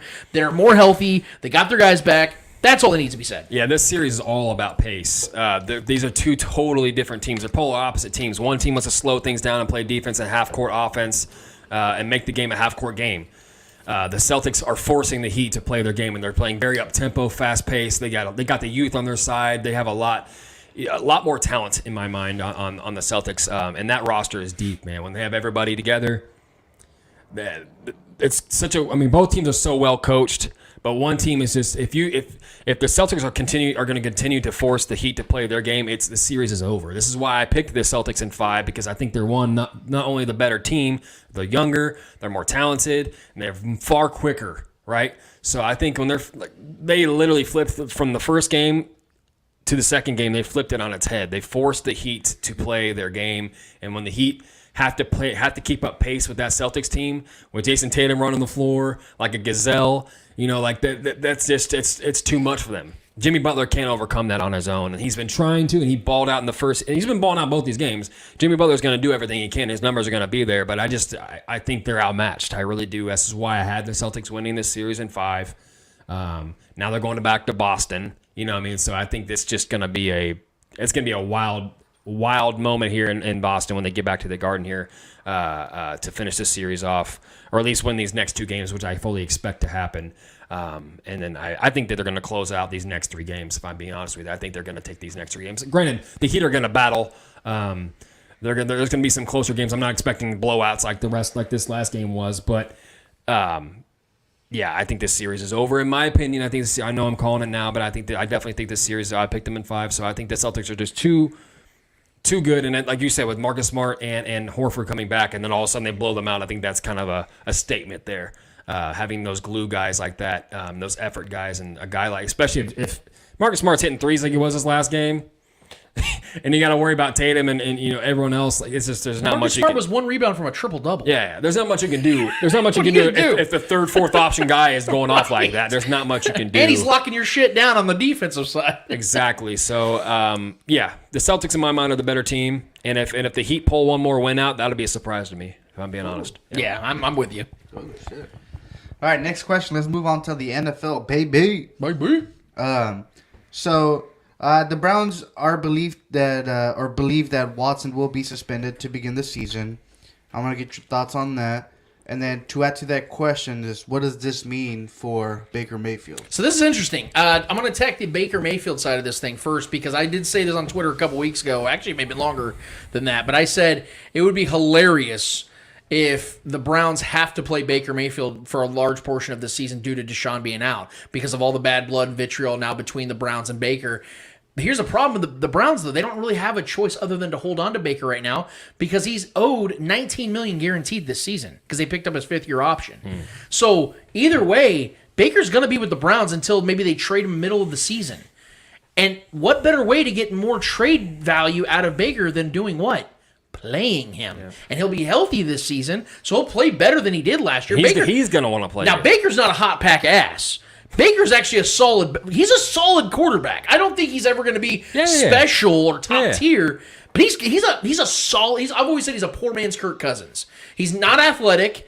He's got a decent arm. He can make the throws, but he's just never going to be that guy that takes you to the next level. That's what Kirk Cousins is. Yeah. But like Kirk Cousins, Baker's owed a lot of money, and I think the best course of action is for the Browns to try to find some semblance here and sit Baker down, find a way to get his petty ass in a room and say, hey, look, we're going to play you for the first 4 or 5 weeks. We're gonna play you, and then we're going to find a suitor out there because by that time, there's going to be a team that either has a quarterback that's just not what they wanted or gets injured or both, and we'll trade you that team for a pack of 4th-round picks. And then we'll come by, we're gone, goodbye. I think that's what's going to happen. The Deshaun side of this is what's piquing my interest so much because there is still so much uncertainty with that. We have no idea if Deshaun plays at all this season. We have no idea because all the stuff that's gone on, whether he's been proven in the court of law of being guilty or not, which he clearly wasn't, it still goes against the conduct policy of the league because even in a recent article that just came out, Deshaun admitted that a lady that did one of his massages left the room crying. Right. What other reason would there be? Yeah. If you didn't make this woman feel extremely uncomfortable or ask her to do something extremely uncomfortable in her profession, what other reason would she have been leaving the room crying? There's too much smoke around what isn't seemingly a fire. He's going to be suspended. It's just a matter of how long, what the duration is, and I think the Browns may have, everybody says they fucked themselves with this Baker thing, maybe it's a blessing in disguise because they don't owe a lot of guaranteed money to Deshaun. They put the contract in place. I think they only owe him like up to $10 million in guaranteed dollars this year. So if they lose him for the full season, they're only paying out $10 million. And if they can find a suitor for Baker, they don't have to pay the full 19. They just pay whatever the game checks were that led to the 19 million total. So I think it's really interesting. Personally, I think this is what's going to happen. I think Deshaun misses the first half of the season. I think he misses 8 games because the NFL knows how pivotal of a situation this is. I don't think they're going to handle it like the MLB did. I'll give the NFL some credit here. I think the NFL has actually handled this situation pretty well, where they've kind of just kept everything close to the chest. They're not putting out a bunch of stuff, done tons of investigations. They've been very thorough. They're not like the MLB who said, hey, Trevor Bauer, we couldn't prove you did anything wrong twice, but you're still suspended for 2 years. No, I think the NFL is going to do this very well. There's a ton of people that are waiting on the NFL to make a move here. Because if they were to let Deshaun Watson play week 1, can you guys imagine the outrage that's going to go out of Cleveland right now? Yeah. I mean, what is it? Not Joe. I don't want to incorrectly place him, but I think it was Joe Thomas's wife or another prominent Browns legend's wife told them we're not buying season tickets this year because of this situation. They're not the only ones. There's been a lot of rumblings of other fans and stuff. Yeah, and you can interpret that however you want, whether you believe that Deshaun did whatever he did or not. The fact is, there's so much looming over this situation. The NFL can't not take action. It's going to have to be a suspension. It's going to have to go down that way. And I think Baker's going to play some games this year for the Browns, as wild as that sounds, guys. Well, I mean, if Baker doesn't play, I mean, he's not going to get paychecks. right? Well, it's guaranteed money, but if so he has the option not to play. He has the option not to play, but then there's the conduct policy of you refusing to play. They can take that to the league office. Yeah, they can take that to the league office and say, hey, look, we offered him an opportunity to play. He didn't play. We don't feel that we need to pay him the $19 million. Yeah. But yes, that money is guaranteed. Yeah, it is I'm not going to lie. It's a shitty situation for Baker, man. Like, the team made it clear that you're not their guy. You know, you were a first-round draft pick. Yeah. All this hype. You still believe in yourself, regardless of who believes in you or not, you still believe in yourself to be a really good quarterback in this league. You've yet to prove that, but he still has a massive chip on his shoulder. And he would probably like to go elsewhere and play somewhere else, but he's held hostage by a franchise that doesn't want him. That's a shitty situation as a first-round draft pick quarterback in this league. So I do feel for him in that situation. This is a bizarre, very unique situation. I don't think I can compare it to anything in the NFL history. I don't think there's been a situation like this, especially at the quarterback position, where two quarterbacks are in limbo together, two first-round pick quarterbacks that are in limbo together. You know, it's just kind of a strange scenario. It's a win-win for the Browns, for sure. They get to let one first-round quarterback play some games while they're waiting on the far better, superior talent that's looming in the mist come in and save the day, save their franchise possibly. It's kind of a win-win for them. So I get it. It's a power play for the Browns, but it's definitely for Baker. I kind of feel for him. His best, I think, as much as if I was him and be petty and just like say, fuck you, I'm not playing. I'm not going to go out there and try to contribute to wins for a franchise that doesn't want me, and I'm going to be gone here soon. That is a shitty situation to be in, but I think it is in Baker's best. I think it's best for him to just go out there and play the best you can. You got Amari Cooper to throw the ball to now. You have your running back set. You have a good defense. That's a very good roster. If other teams see him put up with that shit and go out there and play for that team, he's got to go put some good film out there. This guy can take on anything. Well, he has enough class to do that. Especially how last season fell. You know how things fell out. To be the bigger man, take the high road was not good for him. Yeah. Yeah, so take the high road, go out there and ball out the best of your ability. Go make some highlight reel plays with Amari Cooper and your running backs. Go win some games. You know, set that franchise up. Leave that franchise. And if you're going to break up with someone, leave it on good terms. You know what I mean? Yeah, I think that's the best thing for Baker to do. I think you go out there and just maybe have your best streak of games you've had in your career. Go out there and throw to a good wide receiver, some good guys out there. He has a good roster. Go win some games, possibly trying to make a run of this division, and then leave it in the hands of Deshaun Watson. If Deshaun Watson doesn't come back this year, say he does get suspended for the whole year. Who knows? You know, set yourself up to have a good season this year, if all else be. Well, that's his best bet. Look at it like this, real quick. The first 4 games of the Browns' season this year, they start the season at Carolina against the Panthers, the Jets, the Steelers, and the Falcons. Yeah. Like, the Browns can win all 4 of those games. And if Baker goes out there and they go 4-0 and he's just good, he has like 7 touchdowns and 3 picks or something like that, all of a sudden there's going to be teams like, all right, we want Baker. Because now we know what he's like when he's healthy again. He looks good. We know Deshaun's coming back in the next couple of weeks. Let's try. What do we need to give you for Baker Mayfield? That's what's going to happen. For sure. I guarantee you. For sure. Yeah. He just needs to go out there and play well. All right, next question. I believe this is a question that Lance wanted to touch on a little bit. I guess Bartolo Colon is trying to make a comeback for the MLB. I don't know how old he is, but he might be old enough to be my grandpa. He old. So, your thoughts on that, Lance? I have been the biggest Bartolo Colon fan since I can remember. I've seen this guy pitch. I think he's won a game in every single baseball stadium. I think he might be the only player to ever do that. And at 43, I want to say at 43 years old, he hit his only home run of his career. He's a legend, man. And it was a monster slam. I mean, it was a great... It was a fat boy home run. Yeah, one of the greatest plays I've ever seen in a baseball park. It was awesome. Yeah, he just crushed it. And he's this old fat dude. But I love Bartolo because he does not look like an athlete whatsoever. And this dude's a freak athlete. He is an incredible pitcher. Dude can play basketball like a motherfucker. It's a natural, He's just great at everything. And he's just like this chubby... I don't want to misrepresent him here, but I think he's from Venezuela, if I'm not mistaken. I could be wrong, but the dude is just so great. At everything. He's so much fun. He's so much fun, dude. I love everything about him. And 48 years old. I saw the video. I hope you guys go to John Boy Media. Go to the Twitter page. They have the video of him throwing balls. It could all just be for show. Yeah. He's almost 50. Mets probably won't touch him. No team will probably touch him, but I'm rooting for him because at this point, I'm of the belief the dude's just immortal. He's just going to live forever. We all praise and glorify Bo Jackson. What about Bartolo, damn it? This dude is a freaking renaissance man. I love it. Yeah, look at T.O. out there playing, arena football. I admire guys like that. Yeah. Dominican.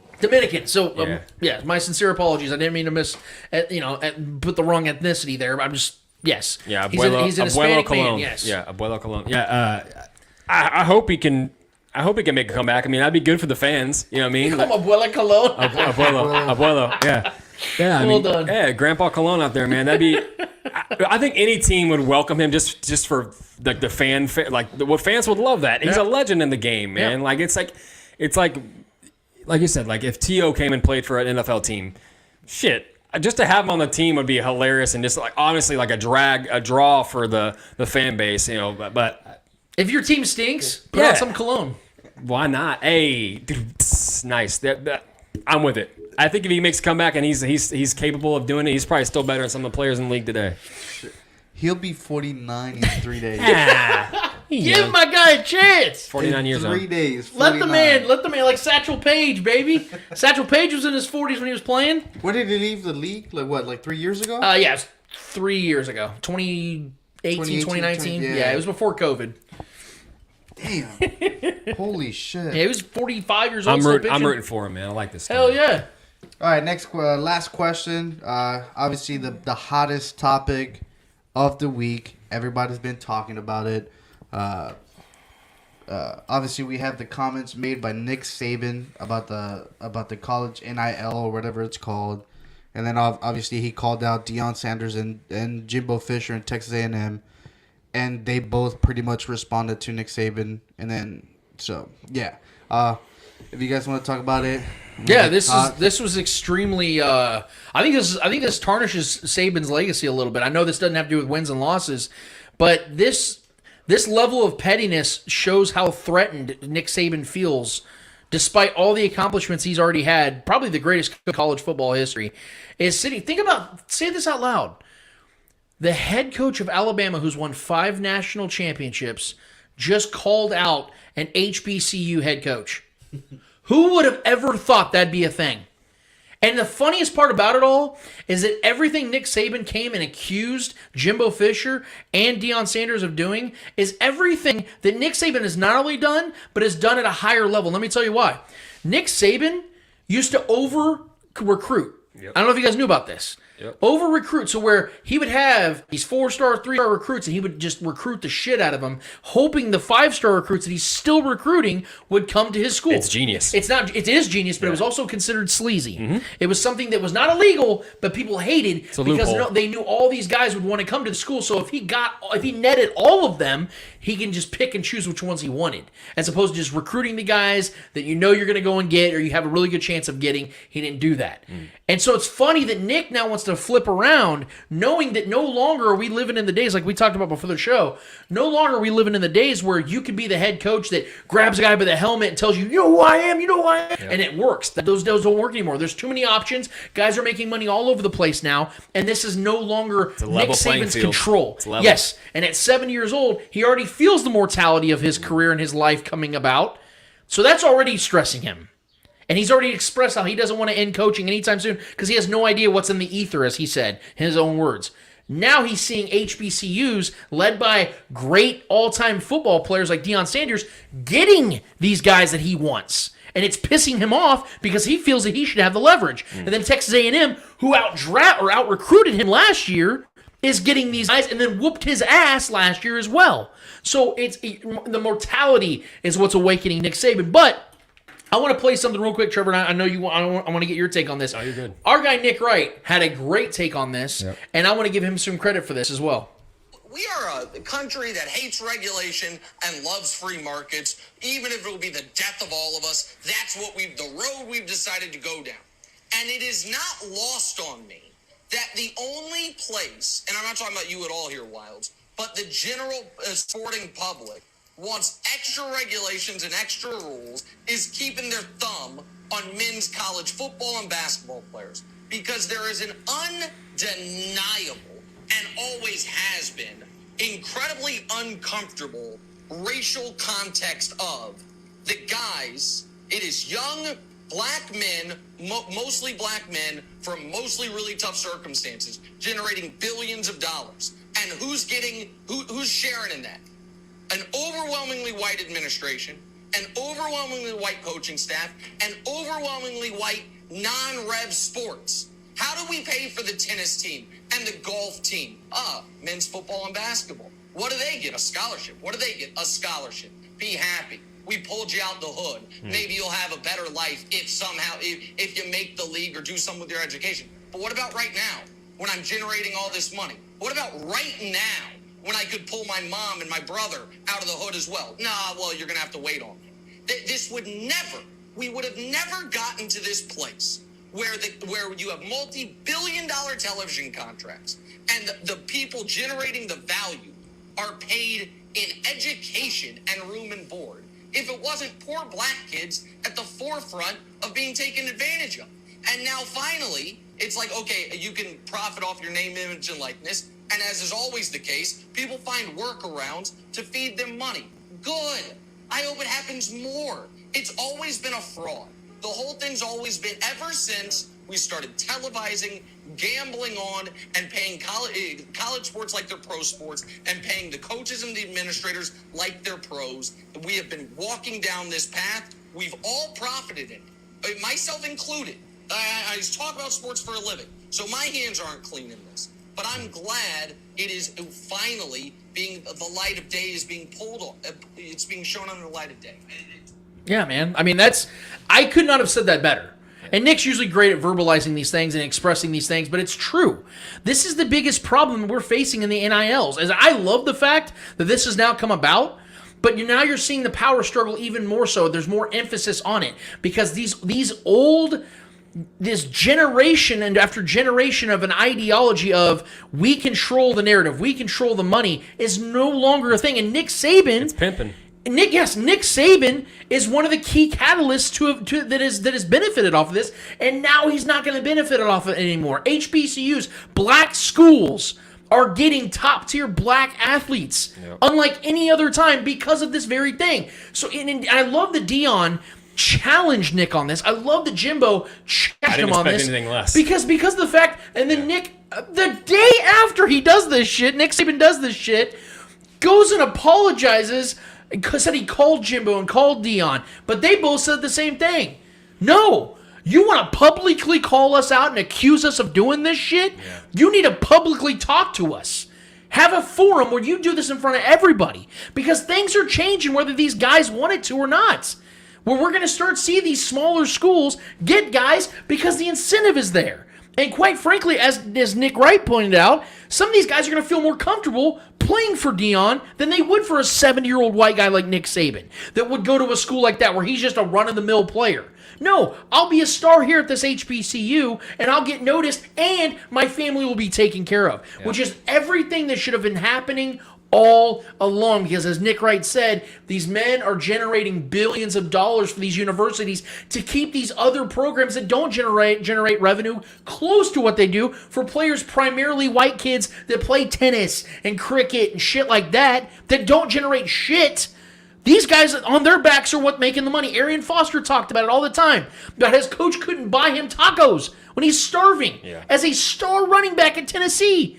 Because it'd be an NCAA violation. Those days are gone, man. They're done. And I love it because it's going to shake the feathers and ruffle the feathers of the ones that want to stand in the way of progress.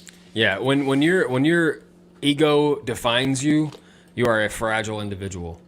That's what Nick Saban was displaying in front of all of us on live television when he's calling out other people about the changes that really weren't even all in their hands. It's a late change, honestly. This has been something that's been... NCAA has been the biggest pimps for the longest time, making profits off of the backs of black athletes and athletes in general. Yeah. Without them getting any kind of, incentives. It's definitely happened to white athletes. Plenty of white athletes. Yeah, exactly. That's what I'm saying. No, yeah, a lot of quarterbacks have come to this. Yeah, of course. Like a lot of athletes in general, basketball and football, regardless. I'm so glad that archaic ways and archaic business way things are ran are starting to finally change and starting to work. And I fully believe that the NBA has been the catalyst for a lot of this.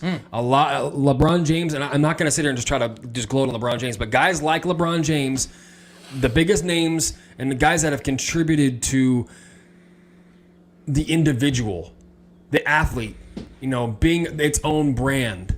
That kind of mentality it's really become an infectious type of thing in sports, and now it's made its way into college sports where, hey man, these fans are here to watch us. You're profiting off us. These fans aren't here to watch coach. These fans are here to watch me throw the ball. These fans are here to watch me run this touchdown. These fans are here to watch me catch this touchdown. It's finally here. You know what I mean? Yep. Like for college sports, and I love it. And the ones that have a problem with it will be outspoken about it. But like I said, Nick, I love and respect Nick Saban, man. He's one of the greatest coaches in college history. You know what I mean? It is what it is. He's developed he's put together a great program for years. And most of his players have all good things to say about him. You know what I mean? But at the same time, when your ego is challenged and your ego defines you, you will crumble. And that's what's happening. Now he's trying to backpedal it and start to say, he's trying to make things cool with Deion and everybody. And he looks like a fool. He really does. And it sucks. It sucks, man. It really does. Like Saban seemed like an untouchable kind of guy, but he's kind of embarrassed himself and put his own foot in his own mouth. And he's not able to. If he's not able to adapt with the times will pass him on. Yep. You know what I mean? And it'll be just fine. And I'm so happy. I just want to say this. For me, as a guy that tends to support players first, because you are the product and you deserve everything that any incentives, any money that is made, anything, any success that comes from the back on the name on your jersey and the number on your back, you need to be incentivized for that. Yep. No matter if it's professional or not. You need to be incentivized for that. I'm so happy for these college athletes. It gives them even more of a reason to play better and be a better, their own personal brand, to better their own personal brand. This incentivizes players to be even better athletes now because they know that they will be, taken care of for that. They're not out here playing for free. They're not out here sacrificing their life and putting other things they could be working on the background to be a student athlete. Now they can benefit from it finally. Right. And it's so important to not only sports, but just the quality of life for these individuals, man. Because how many athletes have you known that went to college and didn't make it? They sacrificed so much time, let alone their personal health and their bodies and damage they went through for not gonna say for nothing, because it was an experience and they learned from it. But a lot of guys that didn't make the money that they could have, and they put their body through traumatic experiences to possibly make money off of it. Now these guys are able to go out there and do that, and I'm happy for these young athletes. And this is the future. This is the step into the next realm of the future for these athletes, and I'm excited to see what comes of this. This is just the beginning. So guys like Nick Saban are going to become dinosaurs if that's the kind of mindsets they're going to want to carry on and point fingers at other people that are finally getting to take advantage of a system that's been pimping them for years. So HBCUs, it's going to be great to see them become like big-time schools with big-time names and athletes, get them entrenched into the culture of college sports. I'm excited about it. I'm excited for Deion. I'm excited for what's going to come from this, what's going to be birthed from this cocoon. So that's all I really have to say about it. I mean, Saban's he's gonna fall the wayside eventually. That's it. Good stuff, guys. Good questions, Eddie. I know it's been a very long show, but guys, we have one more order of business to attend to, and I believe it's called Hold This L. Each and every week, we finish off each and every episode with a series of L's in the world of sports, whether they're friendly or not friendly L's in the world of sports. Who is ever holding those L's in the world of sports deserve those L's in the world of sports. Eddie Ortiz, Mr. Yo-Yo-Yo, who's holding the L for you this weekend, is at F1. No, F1. There's a race this weekend, though. You should tune in. But where's it at? Spain, Barcelona. Okay. Nice. So I'll be there. 8 a.m. tomorrow. So you guys should watch it. ESPN. So I'm gonna give an L to Real Madrid. Funny enough, Spain. But why am I giving them an L? Well, early this morning, it was announced that Kylian Mbappe, the hottest commodity out there, was technically a free agent after June 1st. He was his contract expired with PSG, therefore he was free to sign with any club. And Real Madrid and PSG were both battling each other to outbid each other to obviously secure his signing. Well, like I said this morning, it was announced that Kylian Mbappe has decided to stay with PSG and not join Real Madrid like everybody thought and hoped. And so all those Real Madrid fans who praised the man, who said that he was the next whatever, yada yada, are now being pretty judgmental, pretty fucked up if you think about it. There is some comments out there on Twitter that are... I'll just say this. He is a colored athlete, and Madrid fans are going in hard on a lot of things. Yeah. And now he's to them he's a small player, he's not worth anything. He sucks. He's just another average player. Clearly, they're spending all this energy to talk about him. Yeah, so now he's just another small player. He was never gonna replace Cristiano Ronaldo, who left about 4 years ago. He was never gonna take that from him, and yada yada yada. And now Real Madrid reported that deal to La Liga, which is what's in charge of Spain, the actual League of Spain.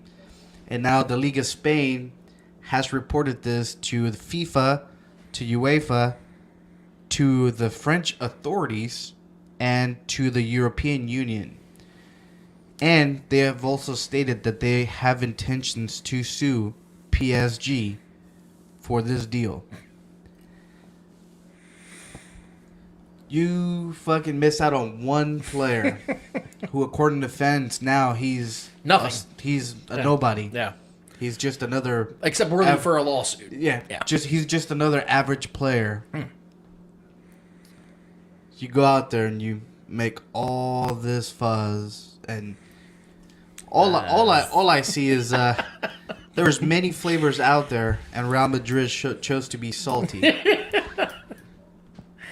I don't get it. He didn't sign for you. Just shut the fuck up. Let it go. It is what it is. Move on.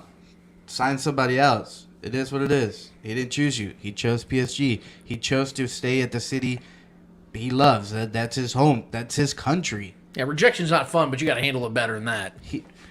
To me, this proves him being loyal to the team that he was with and to his country. Mm-hmm. Just because he doesn't want to leave his country doesn't mean he is a piece of shit. He's all that.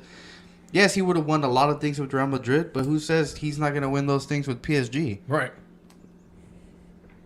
Just because they haven't won them yet doesn't mean they're not going to in the future. Right.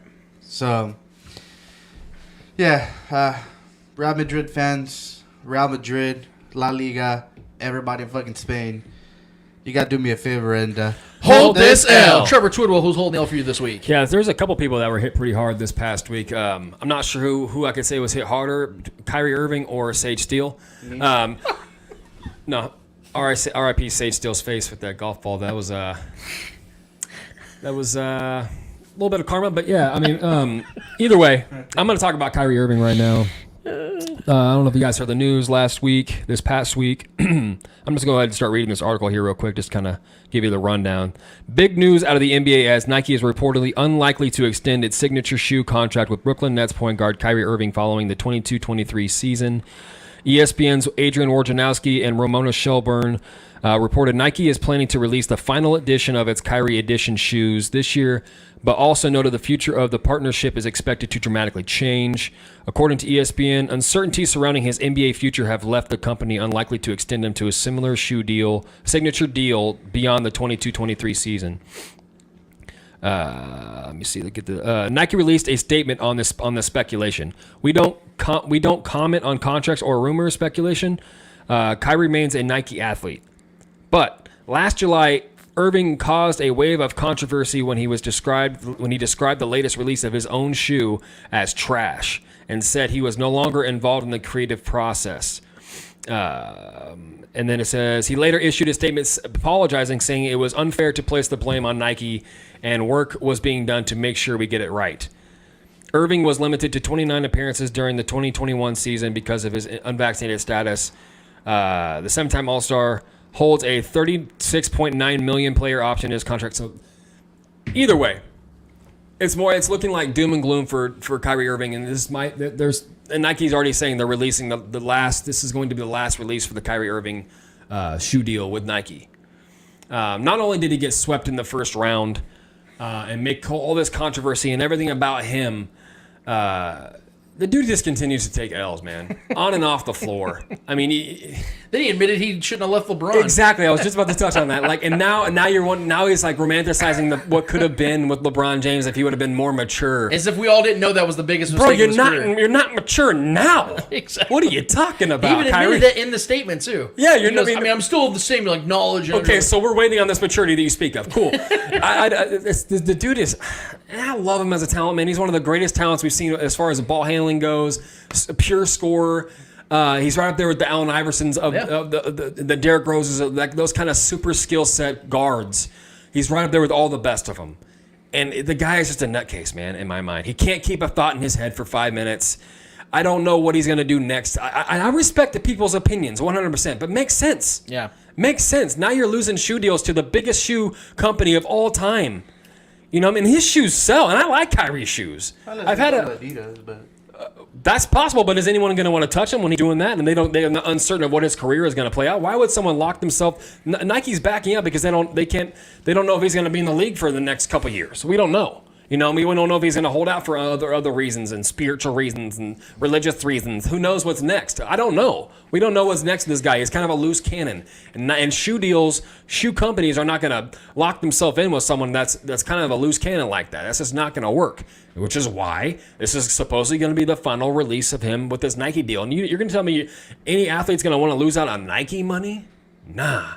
So that's just not going to – this is a massive L for him, in my personal opinion, his personal brand. You're Kyrie Irving. You're not untouchable, bro. Like, you're not a LeBron James. You're not a Kevin Durant. You're not even a Luka Doncic at this point. You're not a Jason Tatum. You're not a name in this league anymore. You're not a top-tier name in this league anymore. You've done that to yourself. Yep. You had a chance to be that when you left LeBron James. He's wasted his career. And then did to go team up with KD and they get swept in the first round. Embarrassing.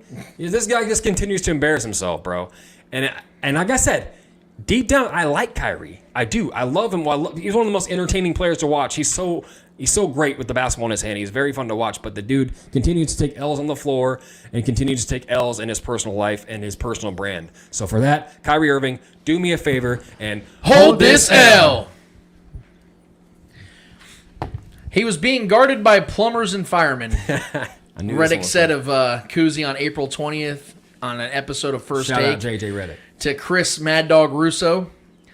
That was a month ago, almost to the day. 93-year-old Bob Cousy, I didn't even honestly know he was still alive. He did go on Sirius XM radio with Justin Termine and Eddie Johnson. And he was asked about the remarks, which again, for some reason people don't like doing this, and I've been accused of this apparently, not seeing the context of J.J. Redick's comments about Cousy facing firemen and plumbers and firemen, which, by the way, was factual. Yes. Guys that he faced in that league were actual firemen and plumbers. Yes. But it was actually talking about Chris Paul and how Mad Dog was saying that Bob Cousy was a better point guard than Chris Paul, and Reddick had a lot of anger towards that statement, as he should, because it's complete horseshit. So Cousy went on record this week, and I'm going to read you guys some of these comments, and I'm going to respond to said comments. He said, "So quote, so when you respond to something like this, you play it into their hands. I won't do that, but I will defend the firemen and the plumbers that he referenced. And I'll just give you a few of the other names of these firemen that I played with and against during those years. How about Bill Russell? The aforementioned, not too bad a player. Wilt Chamberlain, remember that guy? He wasn't bad. I guess he must have fought fires as well. But in any event, Wilt Chamberlain," end quote. He then goes on to say, "Still the best, in my judgment, a small forward that ever played the game, a guy named Elgin Baylor." Cousy said, "A couple of point guards that weren't too shabby. My colleague had also an award created in his name, a guy named Oscar Robinson, who was pound for pound the best player perhaps in the game. Jerry West wasn't too shabby. The guys on our team, Sam and Casey Jones, a guy named Hondo Havlicek, wasn't too bad. That was John Havlicek he's referencing. Tom Heinzhorn, Frank Ramsey, George Mikan, Bob Pettit. I can go on and on. We must have had the best firemen and plumbers on the planet at the time, and I was very proud of to play with all of them. Okay. Good point. I like it. This is one of the most toxic portions of sports talk, and sports in general, is this belief that, first of all, you can't compare eras. This has always been a funny thing to me because it's always been one-sided. It's always benefited the people of the past. What I mean by that is this. The entire argument in itself was constructed and formulated to defend those of the past. Because people hold on to the past. We romanticize it. We love it. We cherish it. So therefore, it was greater than it actually was. That is exactly what Bob Cousy and people like Bob Cousy are doing when it comes to this argument. Because first of all, J.J. Redick was not disrespecting what Bob Cousy and his generation were. He was contextualizing them. He was telling the truth, unlike Mad Dog Russo was. Mad Dog Russo was seriously trying to make a case that Bob Cousy was a better basketball player than Chris Paul. That's insane. It is factually inaccurate. But when you mention these things, you break down the fallacies and the facts that oppose these stances, then you just can't compare eras argument. Who made the initial comparison? Right. Mad Dog Russo, consistently who was does it. trying to say Bob Cousy was the better player. So how can you say that Bob Cousy was the better player when we can't compare eras? And furthermore, in the can't compare eras argument, do I need to be able to look at the era and make sure they played in the same era to know that Michael Jordan is a better basketball player than Cameron Payne or Jamal Mashburn? No. It doesn't matter what era they played in. Michael's the better basketball player. Period, point blank, no matter which era he played in. And we live in a time now, and we have an athletic era now where they are playing at a higher level than they ever have. You could say, well, they have medical advancements, they have technological advancements. That's all true. Those are helping them. It doesn't take away from the fact they're better. And second of all, it's no different than cars. 30, 40 years ago, there was a car back then that was considered top of the line. Then they got better with gas mileage and better efficiency, better motors, better engines, better transmissions. And now we have cars that are better than they were 30, 40 years ago. They got more efficient. They got better at building those cars. You can give credit to those of the past, but the fact is we're better now with cars. It's the same thing with athletes. Medical and technological advancements do help. But something Bob Cousy didn't have to face was known as international players. Luka Doncic didn't exist back then. Nikola Jokic, Joel Embiid, Giannis Antetokounmpo. Ironically, 4 of the greatest players in the NBA today did not play back then. Oh, the international influence changed the game. Yes. Yeah. You didn't have not only guys back then that played from Europe and things of that nature. Yeah. You didn't even have the best of the best in America because the ABA existed. So the NBA wasn't even getting the best of the best. Furthermore, there were 8 teams in the NBA. Right. So if you won one playoff series, you're in the finals. It's like a YMCA pickup tournament. The only reason people even know left-handed dribbling Bob Cousy is because he played with Bill Russell. Yep. The only profound black player before Wilt Chamberlain came around. And they had already won several championships before Wilt came around. They were already a profound team. And it's funny that 6 of the 12 names that Bob Cousy named were on his team. So of the era you played in, you could only name 12, by the way. 6 of them were on your team. So no wonder you guys won all the titles. Right. You had all the best players of your era. And Will had no one. This mentality I hate so fucking much. Because the guys of the past don't appreciate what they're doing now, but want us to appreciate what they did back then, which was completely inferior to what they do today. Could guys of that past play better if they had the medical and technological advancements of today? Yeah, probably. Sure. But we can't prove that. You know what I can prove? Is the guys that are great today are greater than they were of yesteryear. It's just a fact, man. Things get better. People get better. We evolve. Leagues evolve. Sports evolve. Humans evolve. And Bob Cousy getting pissed at something that was taken out of context, by the way, by J.J. Redick, who is a proven commodity in the league in himself, played 16, 17 years in the league, is one of the best shooters in the game, is making this statement. Maybe he should deserve some reference. Maybe he should deserve some respect. Because I'll take it a step further. J.J. Redick was better than Bob Cousy. Yep. You know why? Because J.J. Redick could dribble with both of his fucking hands. How about that for starters? Until Bob Cousy can dribble with both of his hands, I don't want to hear him come at anybody and talk about anybody talking about trying to challenge the notion that J.J. Redick was stating. Because, by the way, what J.J. Redick was saying was 100% true. Chris Paul is one of the 5 greatest point guards to ever live. It's not even a question. It's not even a question. And if 70-year-old Bad Dog Russo didn't even bring Bob Cousy up, no one else would have. Right. Because no one else will. Because no one knows who Bob Cousy is outside of knowing he was a teammate of Bill Russell's, who in himself was overrated. He averaged 15 points per game in an era where you didn't have international players, you had a bunch of 6-foot white guys, and you had more possessions per game than they do today. And everybody talks about how we live in an era of the NBA where all it's about is scoring. They don't play defense. Bullshit. The possessions are less, which means defenses are better. Athletes are better. There's more competition. Bob Cousy wouldn't make it on an Oregon State college basketball team in today's basketball, let alone an NBA roster. Give me a fucking break, man. Do me a solid, Bob Cousy, and everyone that shares this bullshit mentality, and hold this L. Yeah, damn right I snapped on that one. Yeah, that was a rough one to hear, man.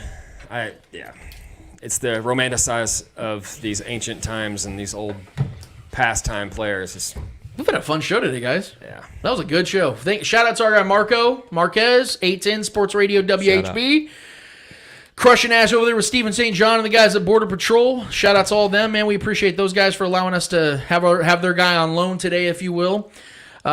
Great show. Eddie, you did say F1. Everybody watch it on ESPN. It's at 8 o'clock tomorrow morning. I'm slowly starting to get into, I'm starting to slowly get into a little F1 action. I watched a little bit of the stuff earlier today that was on ESPN as well. I think it was the qualifier, if I'm not mistaken. I watched a little bit of that.